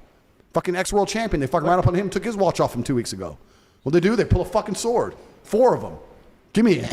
What the fuck are you gonna do? That'd be the worst What are you feeling. gonna do? Slip? Huh? That'd be the worst feeling. Getting your watch robbed. Yeah, Oh, it happens. That shit happens a lot. Bro, London's crazy. No, it happens in Miami. Whoa. It happens in Miami a lot. I know Really? people. London's nuts now, man. And in London's London, a shithole now, or what? Bro, shithole. Google, anyone here sitting here, Google London stabbing and click on the news tab. I saw that every day. Stab every day. And they stab first. They don't come up and say, give me the watch. They come up and stab you. And you're like, what the fuck? You start bleeding out. And then they take off your corpse. They don't give a fuck, bro. It is crazy in London. London, I have a full security. I do not walk the streets in London. I do not wear a watch. I have a full security team. Everything. London's getting bad. And it's not just even the nice areas. You can go to the Knightsbridge, Mayfair. They'll get your ass just the same. There's people in London who just don't give a fuck anymore. And it's getting crazy. And the Americans say, well, this is why we need guns to defend ourselves. Well, not really, because then they'd have guns. So now what? Like, it's a mentality thing. The mentality of people is dangerous. It's a hard heart that kills. You have to be really about it. This is what most people don't understand. People who play gangster and play tough guy don't understand that you don't really want to play that game, because you're going to play a game with people who aren't playing. Yeah. A true hard heart is different. There are people, if they want someone dead, he's going to fucking die. They don't care. Daylight, broad daylight, his wife, his kid, they don't give a shit, and they'll do the time. These people exist. They're all over the fucking news. You really want to walk around playing gangster with people like that out there in the world? You want to learn to box and say, oh, I can defend myself now? You can't defend yourself for fuck. I defend myself with large walls, a bunch of weapons, and being hard to access. That's how you defend yourself. You do not defend yourself thinking I can kickbox, let me run around the streets. And there are people who still do it, but I think the world's on a decline. I think the Western world's getting worse. I don't think it's getting any better. I think that all the problems we're seeing now are going to be 10x, 20x, 30x as people get fucking hungry across the next 10, 20 years. And I think if you don't have a plan to defend yourself, or at least move to a place where you don't need to defend yourself in real time, people are going to start getting fucked up bad. What do you think's about to happen? Just complete anarchy? I don't think it's going to be complete anarchy, but there's going to be a lot of crime. There's going to be a massive polarization. The polarization already exists, right? In Western nations, there's already a polarization because there's no longer any morality which is built into the populace. I live in a poor country. I live in Romania, which is technically poor. It's one of the poorest countries in Europe. It's very, very poor. The average wage is like $400 a month. The police drive Dacia Logans. The police drive cars that can't even go above 70 miles an hour. I've never seen a police chase. When the police stop me, I say, why don't people run? We can just outrun you. He goes, oh, well, you know, why run when you can just get ticket? It's very much people, the police force isn't heavily armed, like none of this shit, but it's safe in general, unless you piss off a big guy. The crime is very organized. There's no random crime. It's very organized crime. Organized crime keeps society functioning. Organized crime is very, very functional. I would rather live in a country with organized crime than unorganized crime. Unorganized crime like London. No, but unorganized crime like London is wrong place, wrong time, get stabbed, take your watch. Organized crime is you have to go and make an enemy. You have to piss someone off. And you usually get a warning. So unless you're a fucking jackass, you'll be fine. It's only if you want to go into industries which are competing with them, or if you want to like do something they don't like. I know that a lot of the gangsters in certain towns in Romania keep the drugs out. The towns are drugs free. People try to sell drugs. They're the ones who died. So there's no drugs on the streets because they don't like drugs because their children go to school. So you have drug-free cities. American police can't get a city drug-free, but the mafia will. They'll get a city drug-free because if they catch anyone fucking selling that shit, they're fucking disappearing. So organized crime can actually be pretty good for a society because as long as you don't piss these people off, Now, Americans are the worst on the planet for this. Americans have basically no social awareness, and they're jackasses with big mouths. So an American might go to a place like Romania and get drunk and be like, hey, bro, man, I do what I want, bro. They're going to get fucked up, right? But if you're a person with a brain and you're like, you know what, this is not my territory. Sorry, really sorry. You're never going to have any trouble. So organized crime is a good thing. So Romania is a very, very poor country, a lot of organized crime, but in general, it's extremely safe. Girls walk alone at night, all in the middle of parks, 3 a.m, through a park. You'll see some hot, beautiful chick just walking through the park. And I said to people, like, isn't she scared? Like, what if someone were to attack her or whatever? And they say, no, she's a Romanian girl. Like, a Romanian man would not hurt a Romanian girl. There's like a unity. There's a morality. Romania is the most Christian country in the world. It's like there's a common sense of morality, right? So they would never just hurt someone random because they see themselves in them. America doesn't have that. No. Yeah. America has none of that. But America's more diverse too, right? More diverse, which is why when you look into it, and hey, bro, I'm brown. I'm half black, half white. My father is African American. So we talk about diversity. I'm not saying it from a racist standpoint. I'm saying the reason it's propagated by the Matrix is because it divides society, which is what they want, as we discussed earlier. Which we can go into another point, but I don't want to get the podcast taken out. But I'm just saying that when you live in a homogenous society like Romania, where 99.9% people are Romanian, they see themselves in other people. So when the country goes broke, because it's already broke, now the country's poor, crime doesn't escalate. America's a different story. As soon as America starts running out of money and people start getting broke in America, it's a free-for-all. As soon as people start, I can't eat. Look at the looting. I've never seen looting in Romania. No one's ever looted a store. None of this shit. In the riots, Romania had huge political protests because one of their presidents got caught stealing billions. Massive protests. You can Google it up like you've never seen. Bigger than BLM. Huge. Not a single store looted. Not one. Why? Because that's some family store. There's morality left. That looting shit was fucking Bro, there's no morality. crazy. So you're saying what's going to happen? I'm saying in the Western world, without morality, the only thing that keeps people in line is fear of the law. The second that's gone, you better get on a jet, G. It's going to be a fucking shit show. I think some crazy shit's about to go down in our lifetime. Shit show, If man. shit does go down, can we bunk up with you or? I have got food for 10 years in my house. You got guards too. I've got food for 10 years and bullets for a long firefight. So And 4 wives. more than that, G. Come on, I haven't settled down yet.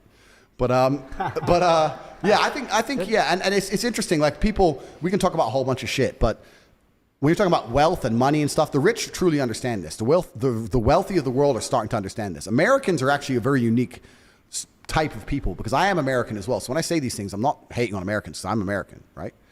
But Americans are unique because like when Americans make a bunch of money, it doesn't really cross their mind to leave America. The PSYOP, the most free country, we're the freest. Free to do what, G? What are you more free to do? Like, how about this? I'll go drive 200 miles an hour in my Lambo in Romania, and you drive 200 miles per hour in your Lambo in America, and let's see who gets some more trouble.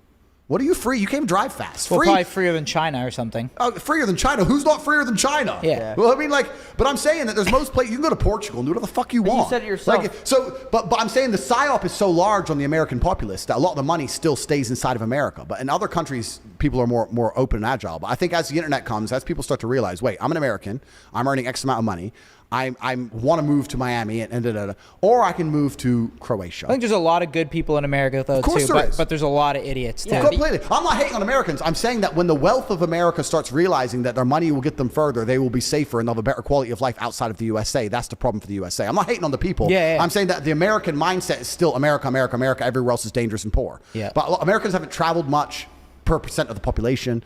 But once they realize there's other options, a lot of Americans will be like, wait, instead of 10 grand a month in Miami, I can spend $1,000 a month in Croatia. Hotter women, zero crime, better. Like the weather's Hotter just as chicks good. in Croatia? Yeah, Croatia's badass, man. Hotter than Miami?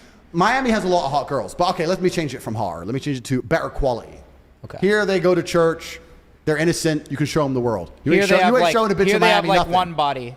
Yeah, So that's for us three. 50's like for stay you. Miami, G. Yeah. But that's my point. So Johnny likes you're talking about what's both. going to happen. I think that as wealth starts to flee the West, there's going to be serious issues. That's why things going to happen. That's scary shit. Scary shit, bro.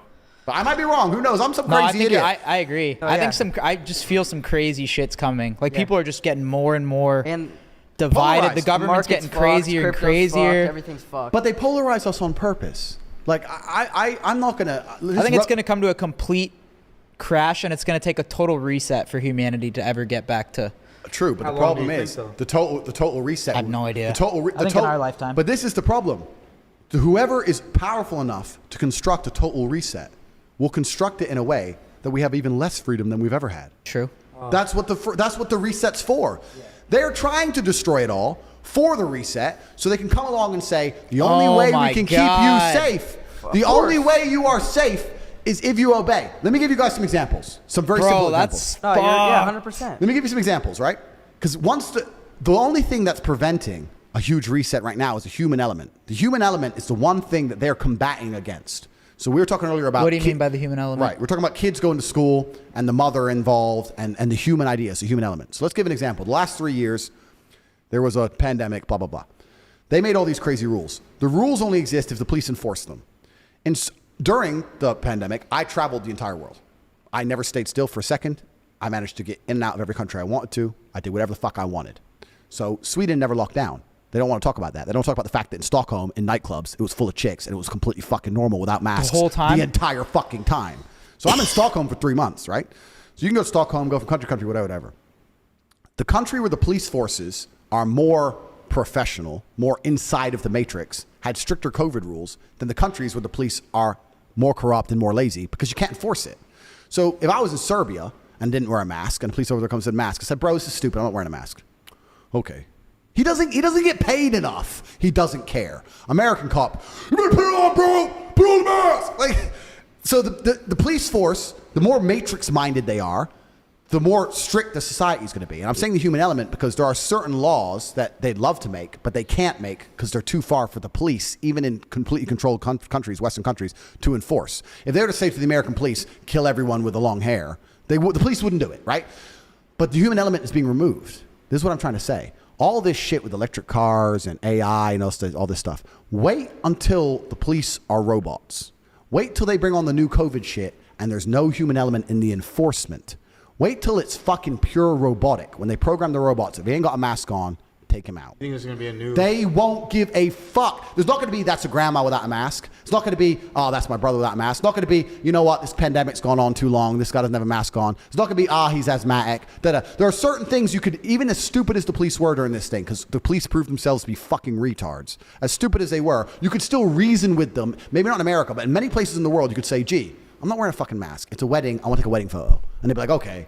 Like, in many places in the world, COVID wasn't really that real because the police didn't really enforce it because they knew it was stupid. Once it goes robotic, then that's the great reset.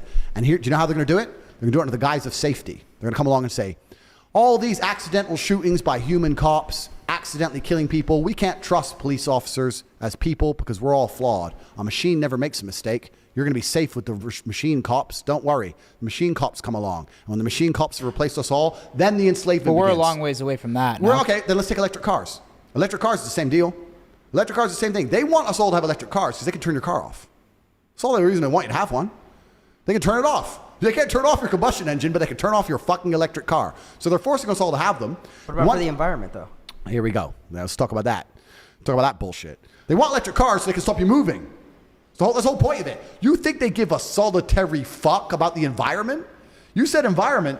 The amount of lithium they're digging up to make these batteries is doing more damage to the environment than a fucking petrol engine could ever do. You're telling me about the environment, and these people are so scared about climate change, but then the second they get I money... think they're just doing it because it makes money, though. Because people will buy something to feel environmentally friendly. What I'm saying Like, I don't is- think Elon Musk's sitting there thinking, oh, I want to turn people's cars off. He's thinking people are going to buy electric cars to save the environment, and I'm going to make fucking money. Correct. But the people who are in charge of the world are going to propagate... Yeah, they'll get behind it. They're going to propagate it and purport it under the guise of control because that's all they're interested in is more behind control. it then, too? It's Or not. is No, it I think control? I actually believe Elon's a relatively good guy. He's making a good product. The point I'm trying to make is this. The way they're going to make us, because if Elon was a good guy making a good product, fine. But why are they going to force us to have electric cars? Because it's coming. Already in Europe, you can't sell diesel cars after 2026. Really? Yeah, already they're stopping. Look it up. Fuck? You can only buy electric cars Is that in within the 10 US or years. No, they don't care out there. then- Not yet. That's crazy. Yeah, but then every manufacturer is just gonna start to make electric cars. Correct. So so not about Elon, because all the manufacturers make electric cars, right? America, the reason America is delayed in this, because America, a lot of the lobbying to the government is done by oil companies. That's also why America doesn't have rail. Have you ever wondered why America, as big as it is, doesn't have bullet trains? Doesn't have what? Like bullet trains, like China or Japan. They have bullet trains. They have 300 mile per hour trains that are never late for even a single second. America would be perfect for that, but they don't have it because big oil comes along, lobbies the government, makes sure all the rail projects are shut down, so you have to drive your ass on the freeway, on these huge freeways, which is good for the oil companies, for the gasoline. So that's a side note. So that's why it's delayed in America, because the big oil is involved. But if you look in Europe, most European countries are already starting to say you have to have an electric car. You can still drive your petrol car, but you have to buy an electric car or a hybrid by 2026. Lamborghini's just gone hybrid. Aston Martin's new car is a hybrid. Even the supercar companies are going hybrid because they know they're going to have to, right? And they're doing this under the guise of climate change. What did I say earlier about the Trojan horse? We care about the planet, climate change. The Trojan horse inside of that is we're going to control you. We're going to stop you eating as much meat. We're going to stop you flying around on planes. You're going to have an electric car that we can control, and we know exactly where it goes and we can turn it off. We're going to stop you doing X, Y, Z for the environment.